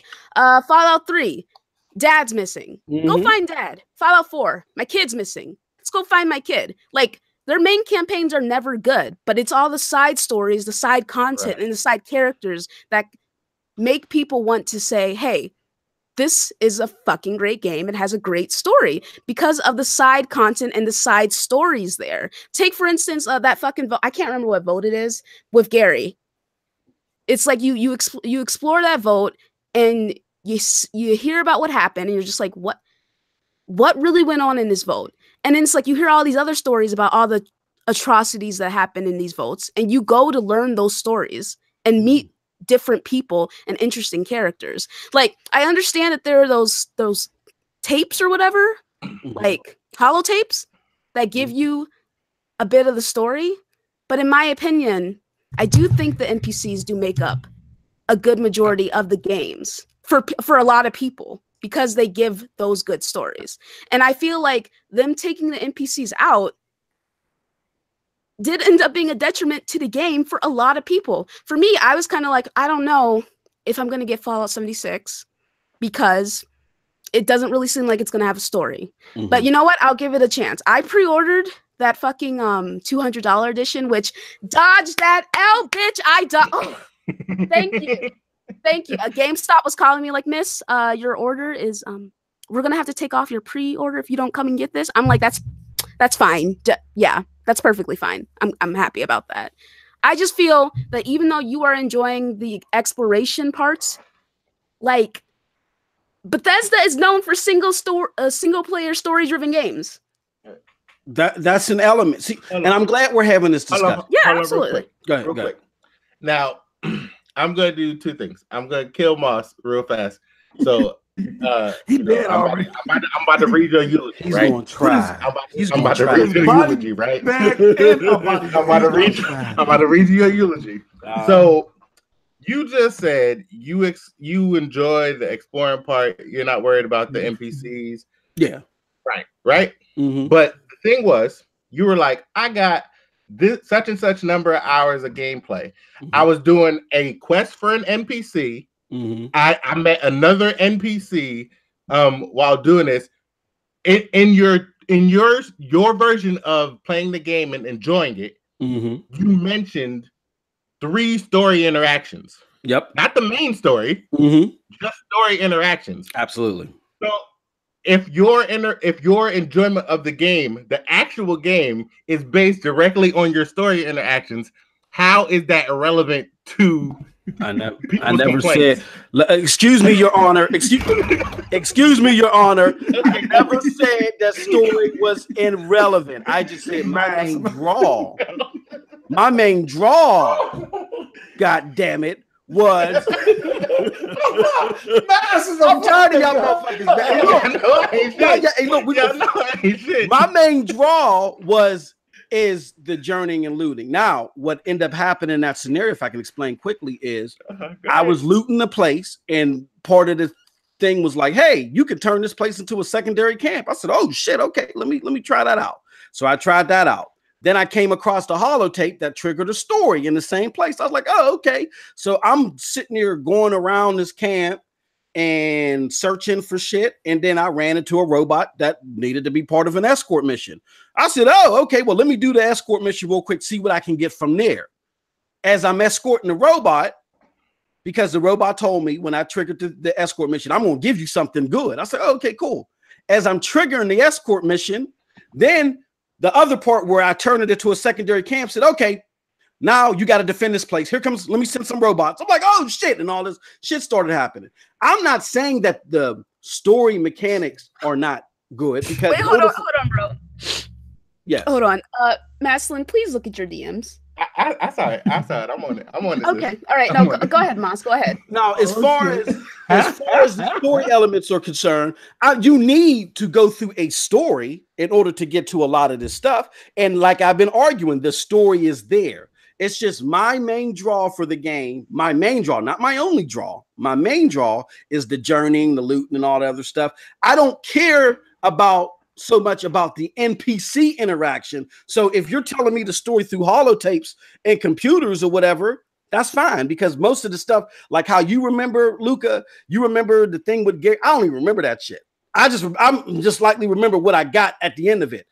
But the thing that I remember is, ooh, I got this type of gun, or ooh, I got this type of blueprint when I finished this area. You know what I'm saying? So again, I completely get that. I don't have a problem with people missing that element. What I have a problem with is people saying there is nothing for anybody for this to offer because NPCs aren't there. But the NPCs not being there leads you to not having those experiences. That's not true. Or having less of them.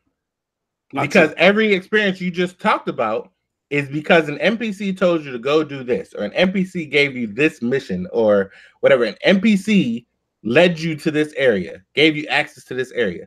NPCs not being there leads to less of those things to do, less ways to get you to explore the world. So the NPCs are vital in even doing what you love to do. Even getting that blueprint that you loved. The NPCs have to be there in order for that shit to even happen. Your Honor, let me can I clarify? I'm just saying. Let me clarify here. Go ahead. You got it.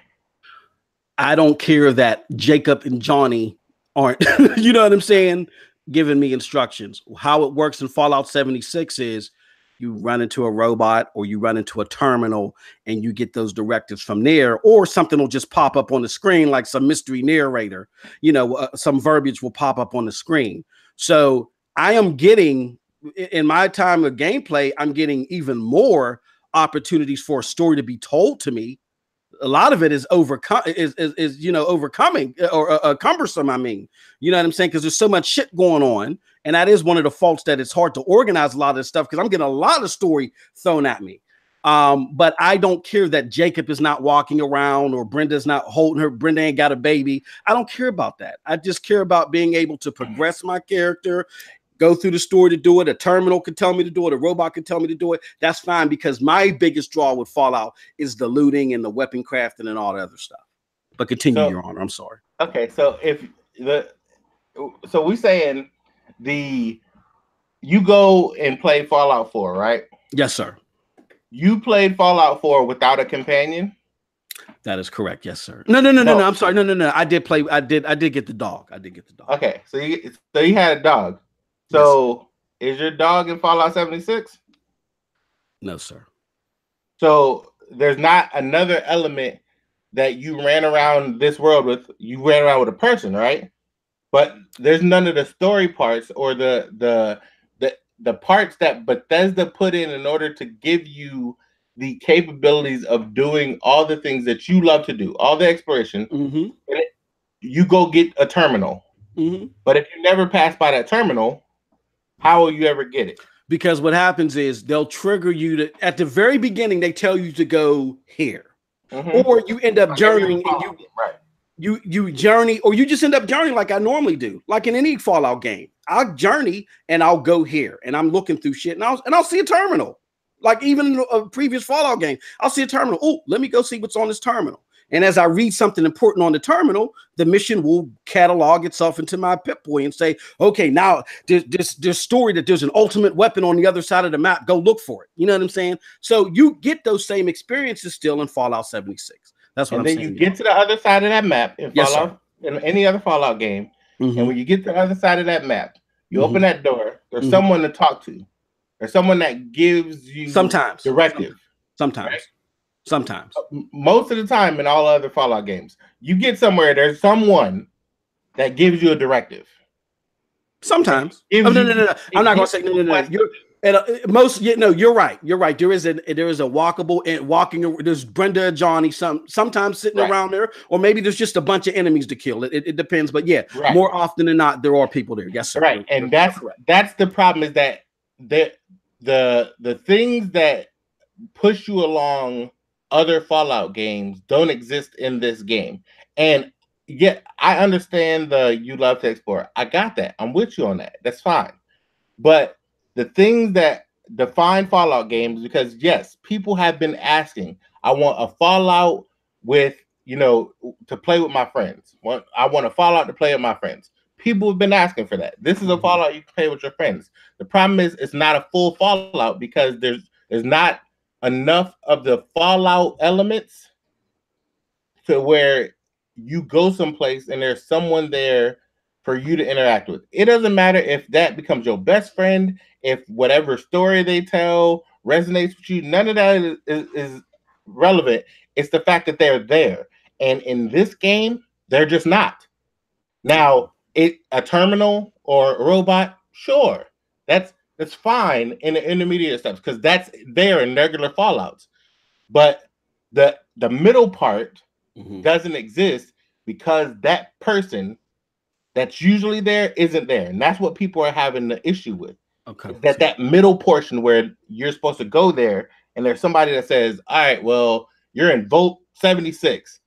Find this and this, or they say, this is what happened in this vault. And there's a blueprint in here, or there's a killer robot in here, or whatever it may be. People are missing that portion. They're just going there, they're going in a building, they're killing everything, they're coming out, and it's rinse and repeat. Fallout gives you those little integers, all Bethesda games as a whole, and that's what people love about them, is they give you those little integers of why. Not having a why is what people are mainly having the issue with. I think you're contorting it a little bit, because that's a little bit oversimplification of it. Let me try it this way. All right. So you're telling me, let's just say in that same mission, I go to a terminal, and the terminal says the ultimate God gun is on the other side of the map. And let's just say in Fallout 4 scenario, when I get to the other side of the map, there's a super mutant waiting for me. And in order for me to get the gun, I have to, I can talk to the super mutant and I can say, give me the gun, or I can pay him to give me the gun. So I have options there. So yeah, you do have an extra layer there, correct? In that scenario. But in Fallout 76, because I can't have a dialogue with anybody, there is no dialogue. The NPC, or there is no NPC. There's just a super mutant waiting there for me, and I got to kill the motherfucker. I get that point. That's totally understandable if people say I'm missing because that layer's not there. I'm not really into this experience. My problem is that if I still go to the terminal, still trigger the mission, still have to journey across the map and do all the fighting and other shit I got to do, and the only difference is instead of me being able to talk to the super mutant before killing them and I'm just killing them, that may be a layer that's missing, but that doesn't mean that the experience is empty. And that's what I'm saying. Like, what you're getting in Fallout 76 is option B, where instead of me being able to talk to the NPC and maybe pay him for the gun, I'm just fighting. It's just replaced with fighting. And again, my arguments have purely been against people that are over exaggerating. They're making it seem like that the mission isn't even there at the terminal and you just happen to run across the gun somewhere. You know what I'm saying? That's my issue. Okay. So we're going to take a quick pivot. Yo, I just made Mr. Parker leave, bro. This shit was too much for him. Parker can't keep up. So we're going to take a quick pivot. So Bethesda also sold a $200 collector's edition, right? This motherfucker. Yeah, that shit was just... So, P. Hines just texted me and said that if Maz asked this question, I'm not allowed to answer. I'm just saying. So they sold a $200 collector's edition, right? Yeah. It was supposed to come with a canvas bag, various other things. Now, people got their collector's edition. Yeah. And it came with a Kroger grocery bag. And a windbreaker. Oh shit! Okay, we try to figure out. Post up. He unmute himself now. We try to figure out. I'm just listening to the fuckery. You dancing? You tap dancing right now, bro. Are you okay with people getting their collector's editions a little half scale? Is Bethesda cool with that? Are they okay? Are they still untouchable? Look, man. Look, okay. Look, there is you do y'all motherfuckers not watch CNN? There was a canvas shortage. The canvas plant? Y'all ain't never heard of the canvas plant.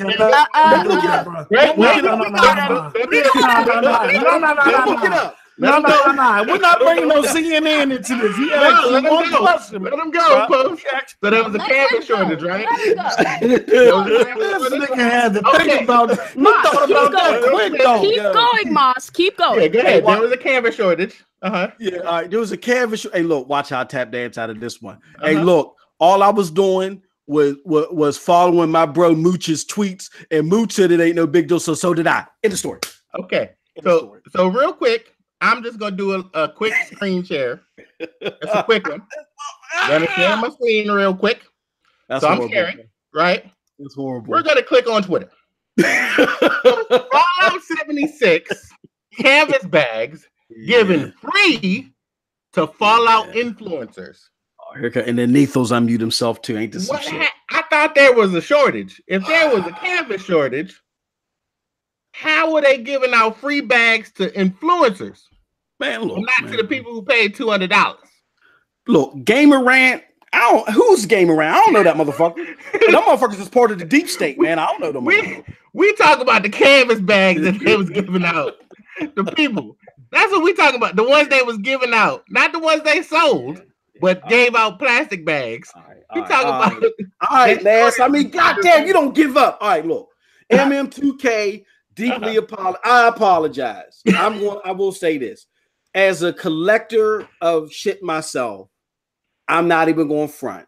If I would have paid $200 and them motherfuckers would have sent me a nylon bag, yo, bless their heart. That's all I would have to say. The problem isn't too that that they made the swap. They made the swap and they didn't make a notification of it. They didn't send anybody a heads up. That ain't cool, man. Bethesda, and I did tweet about this. I did say, Bethesda, look, man, I'm out here doing the Lord's work for y'all, and y'all doing shit like this. Like, come on now. No, that's foul. So Moss. Yes, sir. I have a question for you. Yes, sir. So as the knee pad connoisseur for Todd Howard right now. And Pete, did you get a canvas bag for free like the rest of the Fallout? No. And how did they even do that though, Mass? How'd you get the canvas bag for free? They sent them to them. Care package. They sent them canvas bags. That's fucked. Straight up sent it to them. Like, can I say this? Can we like fully pivot? Like, I gave my reasons of why I attack people that I consider like over exaggerating the line. But I will say this: for my PC brethren that are playing the game, I know their shit's all fucked up, and it's all bad. It's all bad. Yeah, that's why I said at the end of my video, I'm going to do a separate video about what my PC brethren. But I can kill that right now. What they're doing, what they've done for PC is fucked up. Because it makes no sense that the game runs worse on PC than it does on console. And this whole canvas bag thing, like, this is dirty. You know, you get people that will put in a lot of money to partake in something, and what they're usually putting in is more than what the thing is worth. So it's bad enough they're putting $200. That's not $200 worth of commodity there that they're paying for, but they're willing to give you extra money in order to get something that's swanky, that's neat for them. And it kind of reminds me of what Blizzard did at BlizzCon with the whole Immortal release, where they talked about what's it called, Immortal or whatever the game is called. Those people paid all that money to go there because they want to hear a hardcore keynote. You know, that's their biggest draw, and you give them a mobile game. Like, this is dirty on that level. And P. Hines, Todd Howard, I know when I come back to the office, y'all gonna land base me, but no, this is foul. Y'all got to do something about this. This is absolutely is not correct. But you know, that's it. Y'all, I still forgive y'all. And then, oh, here we go. And God, then they tried to appease everybody by saying, contact us with proof of purchase so we can give you $5 worth of in-game currency. Bitch, what? What? I have never seen somebody sing the Bethesda tune this. Oh, I got Todd Howard on my side.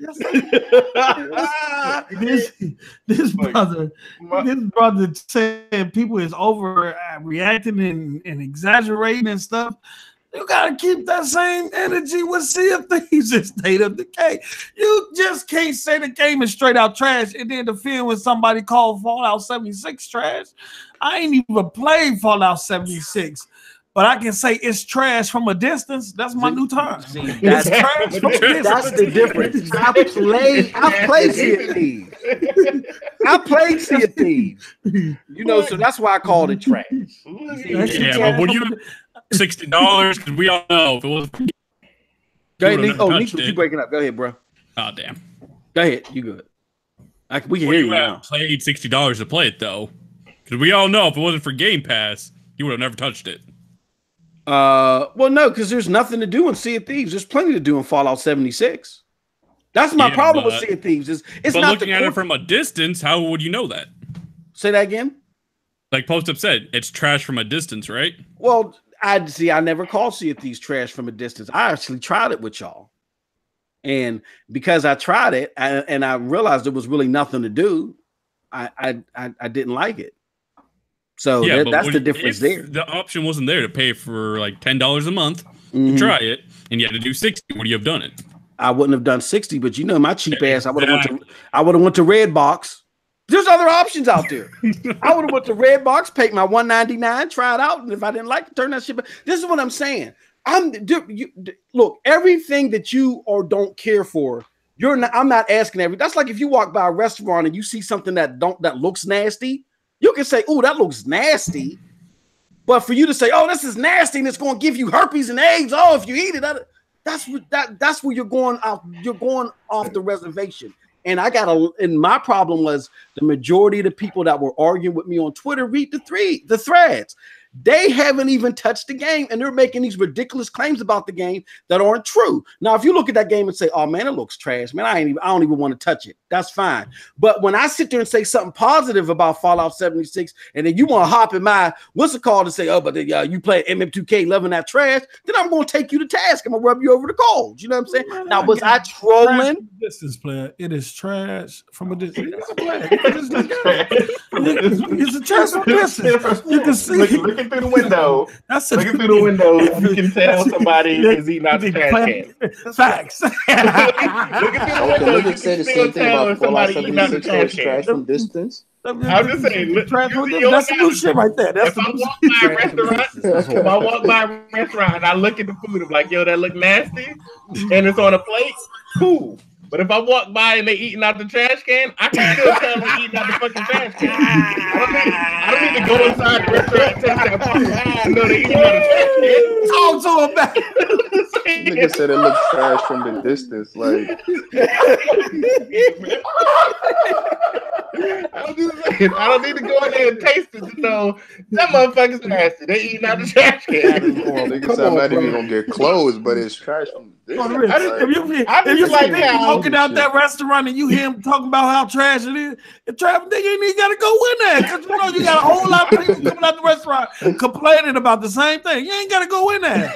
That same thing is a trash from that's the new term now. That's my way of damage controlling the game or criticizing the game.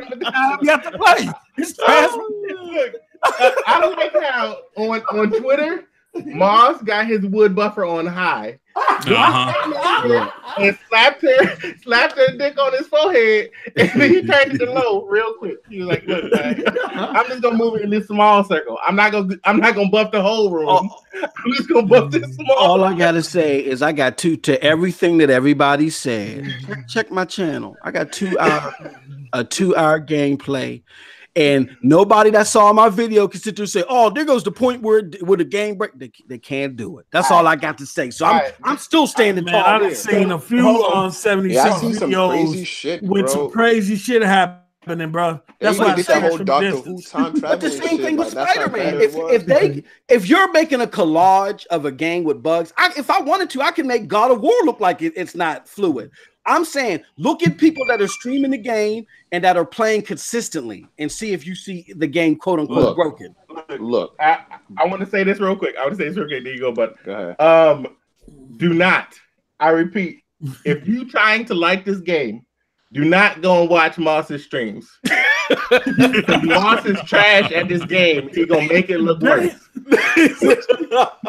Absolute garbage. He gonna make it look worse. Oh, that's horrible. So if you want to like it,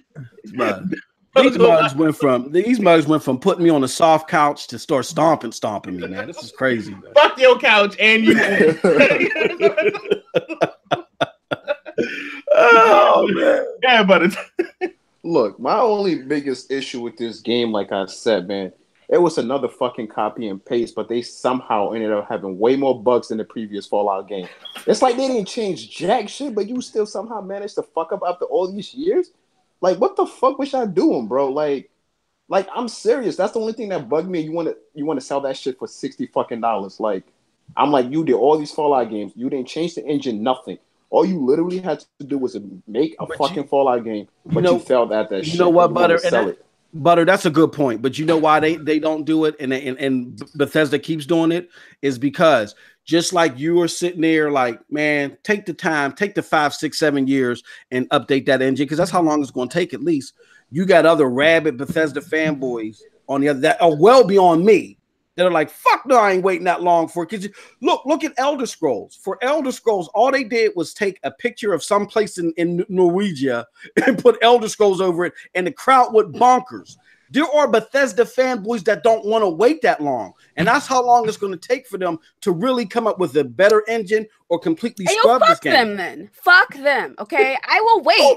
for them to get a new engine. Fuck those guys. They don't matter. Okay. Oh my How God. you gonna fucking complain about bugs, but then be like, oh, I don't want to wait. Nigga, No, they don't. Those people Choose don't one or complain the other. about the bugs. They don't complain about it. Nigga, you don't want to wait. They don't. Nah, They don't they're gonna- complain about the Listen, bugs. I love that shit, dude. I'll fucking wait. I will They're wait. gonna have to create a new engine. Yeah, they But can't they keep are doing now. this shit. There 'cause is no. otherwise, like, They don't have a choice. look, They're bro, gonna have have to now. Like, They're gonna have to, for because real, this game- listen, I'm sorry to interrupt you, Post, but I'm not getting another Bethesda Game Studios bitch ass game until they update that goddamn engine. Okay? I'm not doing it. And I'm sure there are plenty of people who feel the same way that I do.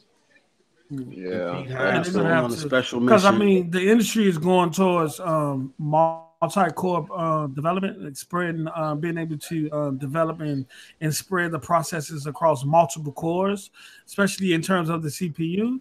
And it's not a real strength of the development community now. I think they're still trying to get a handle on it. But they, in order to take advantage of things like DirectX 12 and all that, they're gonna have to build a new engine. That's why I'm glad that 343 did with Halo, because they was using that old Halo engine. And I think even they was using that engine for the longest. And even Call of Duty is still using a old engine. So at some point, in order for these games to take advantage of the new technology, new graphics technology that's coming down the line, they're gonna have to upgrade these engines, because some of these engines are still like DirectX 9, 10, or 11. Yeah. You know what I'm saying? So Yeah. And here's the thing, right? Like I think my biggest issue with Fallout 76 is that everybody's talking about this is Bethesda's first, foray into this type of game. It's not, because they were heavily involved in ESO. Like, it's their fucking property. Shut up, man. Shut up, man. ESO came out, right? ESO came out bare bones, right? Bare bones as fuck. But that shit turned it on its head. They fixed all the lag issues. They fixed all that shit. They added story on top of story. They added NPCs. They added thousands of lines of fucking NPC talking. Fuck, they had that shit with thousands of lines before, even when it came out trash. And then they gave that shit away, basically. It turned it into a free-to-play game, more or less, over time. So it's not like they just jumped into this model. They already had the blueprint. They saw all the fucking problems already with a previous title they were involved in.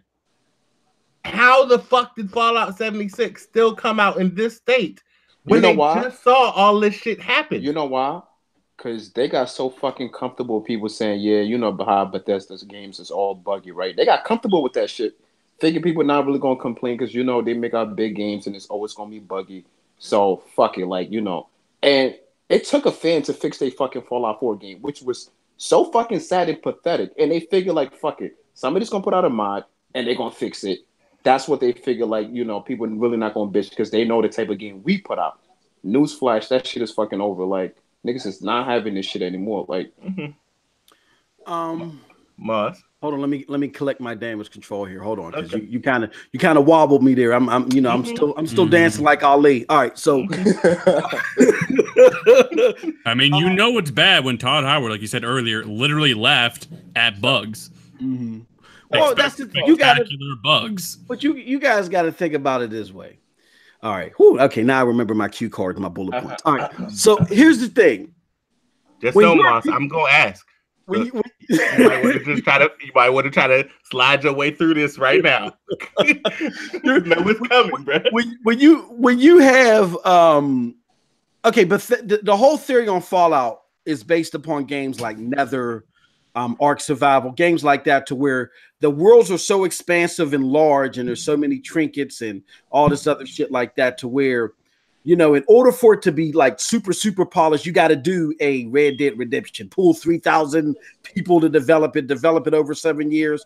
And the PC type gamers that like those type of games, Conan and all that other shit, they're okay with it coming out in a state like this, and then fixes coming along progressively. Because those are indie games. Hold on, right? Well, no, not just because they are. Not just because they're indie games, but they come out in preview. They come out in preview for $18, for $16. But so I'll buy a $16 fucked up game and let it develop, and then when it finally releases, be $60. I don't give a fuck. That's the model. But if you come out as a $60 Bethesda game, so ESO wasn't made by Bethesda. It was published, and they helped develop the game, but it wasn't made by them. It was made by a smaller studio, right? Yeah. So how did the smaller studio get Elder Scrolls right? Same big ass map, same whole bunch of NPCs, all that is the same. How did Bethesda fuck up Fallout 76 when the smaller studio got ESO right? Even if it took them a little while. Right now, ESO is running like like that shit is WoW. Like they still add new shit. They're still having contests. ESO runs. How did Fallout fuck up so bad? How did Bethesda, the main company, them motherfuckers, the ones who said Fallout 4 coming out in 2 months, buy that shit, bitches. Everybody, Tomb Raider, and anybody else who want to put your game out, yo bad. How did that company fuck up Fallout 76 so bad after ESO came out? After ESO fixed itself. I knew you was going to ask this question. Came back from the brink. You know what? I was ready. How did Bethesda, the main company, fuck that up? I knew you was going to ask this question. I knew you was going to ask it. You know what my answer is to that? Because trust me, it's a simple answer. You want to hear it? Yeah, go ahead. Oh, man, it's just sound. What the fuck?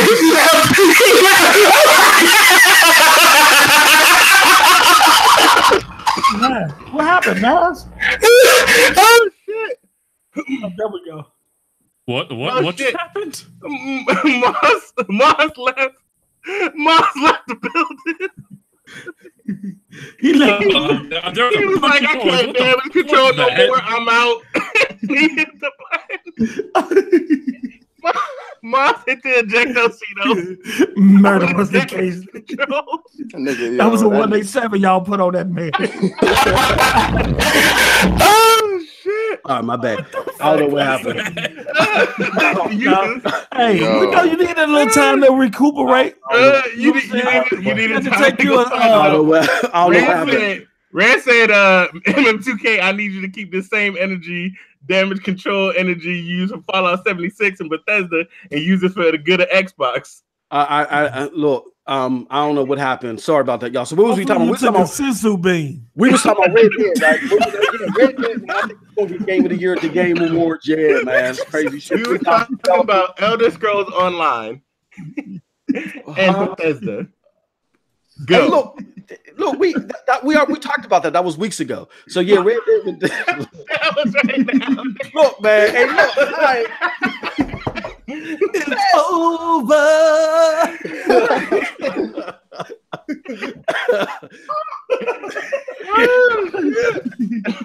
Hey, look, man. Hey, look. Oh, man. Randolph Thor is all in the chat. Y'all just try to do me dirty, man. We didn't try to do nothing. You did this to yourself. Look, man. All I have to say. Let me read my text on my beeper from Pete Hines. All I have to say is Fallout Bethesda motherfucker is a good game. Don't y'all worry about all this other shit. They gonna fix it. All right. They gonna fix it. They gonna fix it. That's it. That's what's that day? State of Decay 2. See if things been fixed. And when they sending out everybody's canvas bag replacement. That's true. That was a third-party developer. What was it? That was a third-party person. The canvas bags is a third-party developer. I can't talk about what third-party people. Hey, Moss. Before you got in here, you said you were going to be a killer. I'm going to have to talk to you like you're Z now. You said you were a killer, Moss. You're going to kill all of us. What the fuck happened? Hey, I know, man. We just needed to tap my brother Moss on the shoulder. because I just couldn't go weeks and days to send the damage control. I'm telling you, I wake up every morning. Tweets out of nowhere. It got to a point where he was tweeting to himself defending Fallout 76. We couldn't let our brother keep going. He was arguing with like some kid. Like I don't think Moss knew he was like, fuck this. He was arguing with himself on Twitter. You're right. He was like Moss is kicking like little kids. He was just walking through the mall like kicking babies. Like, you said Fallout what? Oh, you was gonna fall out. My bad. You out here falling out in the mall? No, not 76. All right, my bad. See, I was just sending subliminals. They know who they was for. You know, people out here arguing with grandpas and shit. He said grandpa. I was addressing the lies. Did I go overboard about the canvas bag? This was his funeral. These shit. I ran. That boy had a Fallout 76 alert notification. I actually was thinking about inviting you on Scumcast to discuss this, but since it's already been addressed, I'm out. Have a nice night, fellas. Luca! Murdered you and left. We about to sign off. Monster died. We about to sign off. Oh my God. What happened to Mr. Parker, bro? Parker tried to join his own shit and he couldn't because he's stupid as hell. That nigga Tell him we had a new fucking mic. That nigga so bad. It's so bad. We appreciate y'all for rocking with us. Moss died today. We love you, brother. You will be missed. Y'all, it's not in the way you think. Somebody get the Dragon Balls and revive this nigga back. So everybody say goodbye to the people. We're gonna start with our guest Luca, who came in like a beast and a whirlwind and beat Moss ass. Oh man. Say goodbye to the people, Luca. Yeah, thank you very much for having me.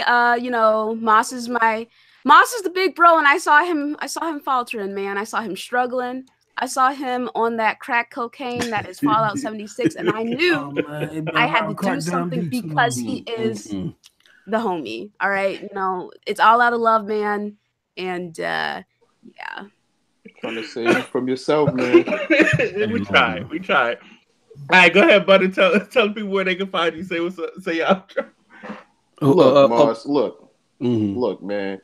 At some point, I be seeing you on Twitter, and I was just like, I was starting to get scared because I'm like, damn, bro, like, what's going on with this nigga? Like, but that's the dude of this nigga. Like, yo, nigga arguing with niggas' grandpas and shit. Like, all right, bro, we gotta save my man. So you feel me? Hey, look. I hope you back. Big ups to the people out there in the community. You know where to find me on the corner, every boulevard. You know what I'm saying? I'm on Twitter, all that other stuff. Defending Fallout 76 is a good game. If you're a fan of Fallout, don't hesitate to give it a try. Be a cheap ass like me. Go to your local Red Box. Buy it on Xbox where you can get a refund. You know what I'm saying? Watch out for the PC version. And all I'm saying is just don't lie, man. Don't come to my Burger King if you're a McDonald's fan yelling outside of my window, fucking up my Whopper. That's all I got to say. And yeah, they knocked me down in the 12th round, but it was the standard 10 count rule. I'm still up, baby. Let's say goodbye to the people. Look, man, I've been trolling Moss this entire week, and he's been on some rampant shit. At one point, he said he'd rather take all these bugs in a normal polished game, but my thing is, why would you ever accept a broken game? Like, ever?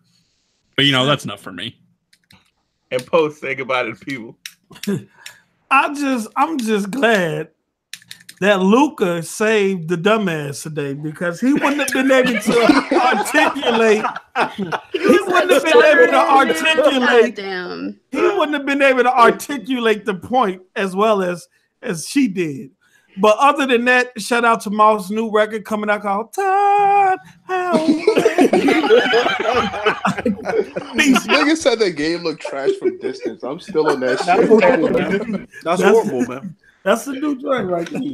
And shout out to Parker and his parking lot mic in this garbage ass. Oh, yeah. This was intended to be a Mighty Moss versus Parker debate, but Parker, you know, is a dumbass. He couldn't handle it. Luka came in and killed Moss. That's horrible. That's not fair. That's not fair. We just shared Moss stories. That's what we did. We was like, Moss is a good guy, right? We knew him well. Like, that's all we did. You think y'all knew me well? Shout out to Todd Howard for holding down Moss's back like the White Howard. Yo, Todd Howard, stop selling my son. Todd Howard, let me on my stomach. Love you for it, brother. This is your boy, DaRealMastalin. We gonna be back next week. We back. I'm back. Shout out to the panels, broadband bullies in the building. It's gonna be fun. Catch me on Scupcast tomorrow. We gonna get out them ponies like we did earlier. But we appreciate y'all for rocking with us. We out here. Bye.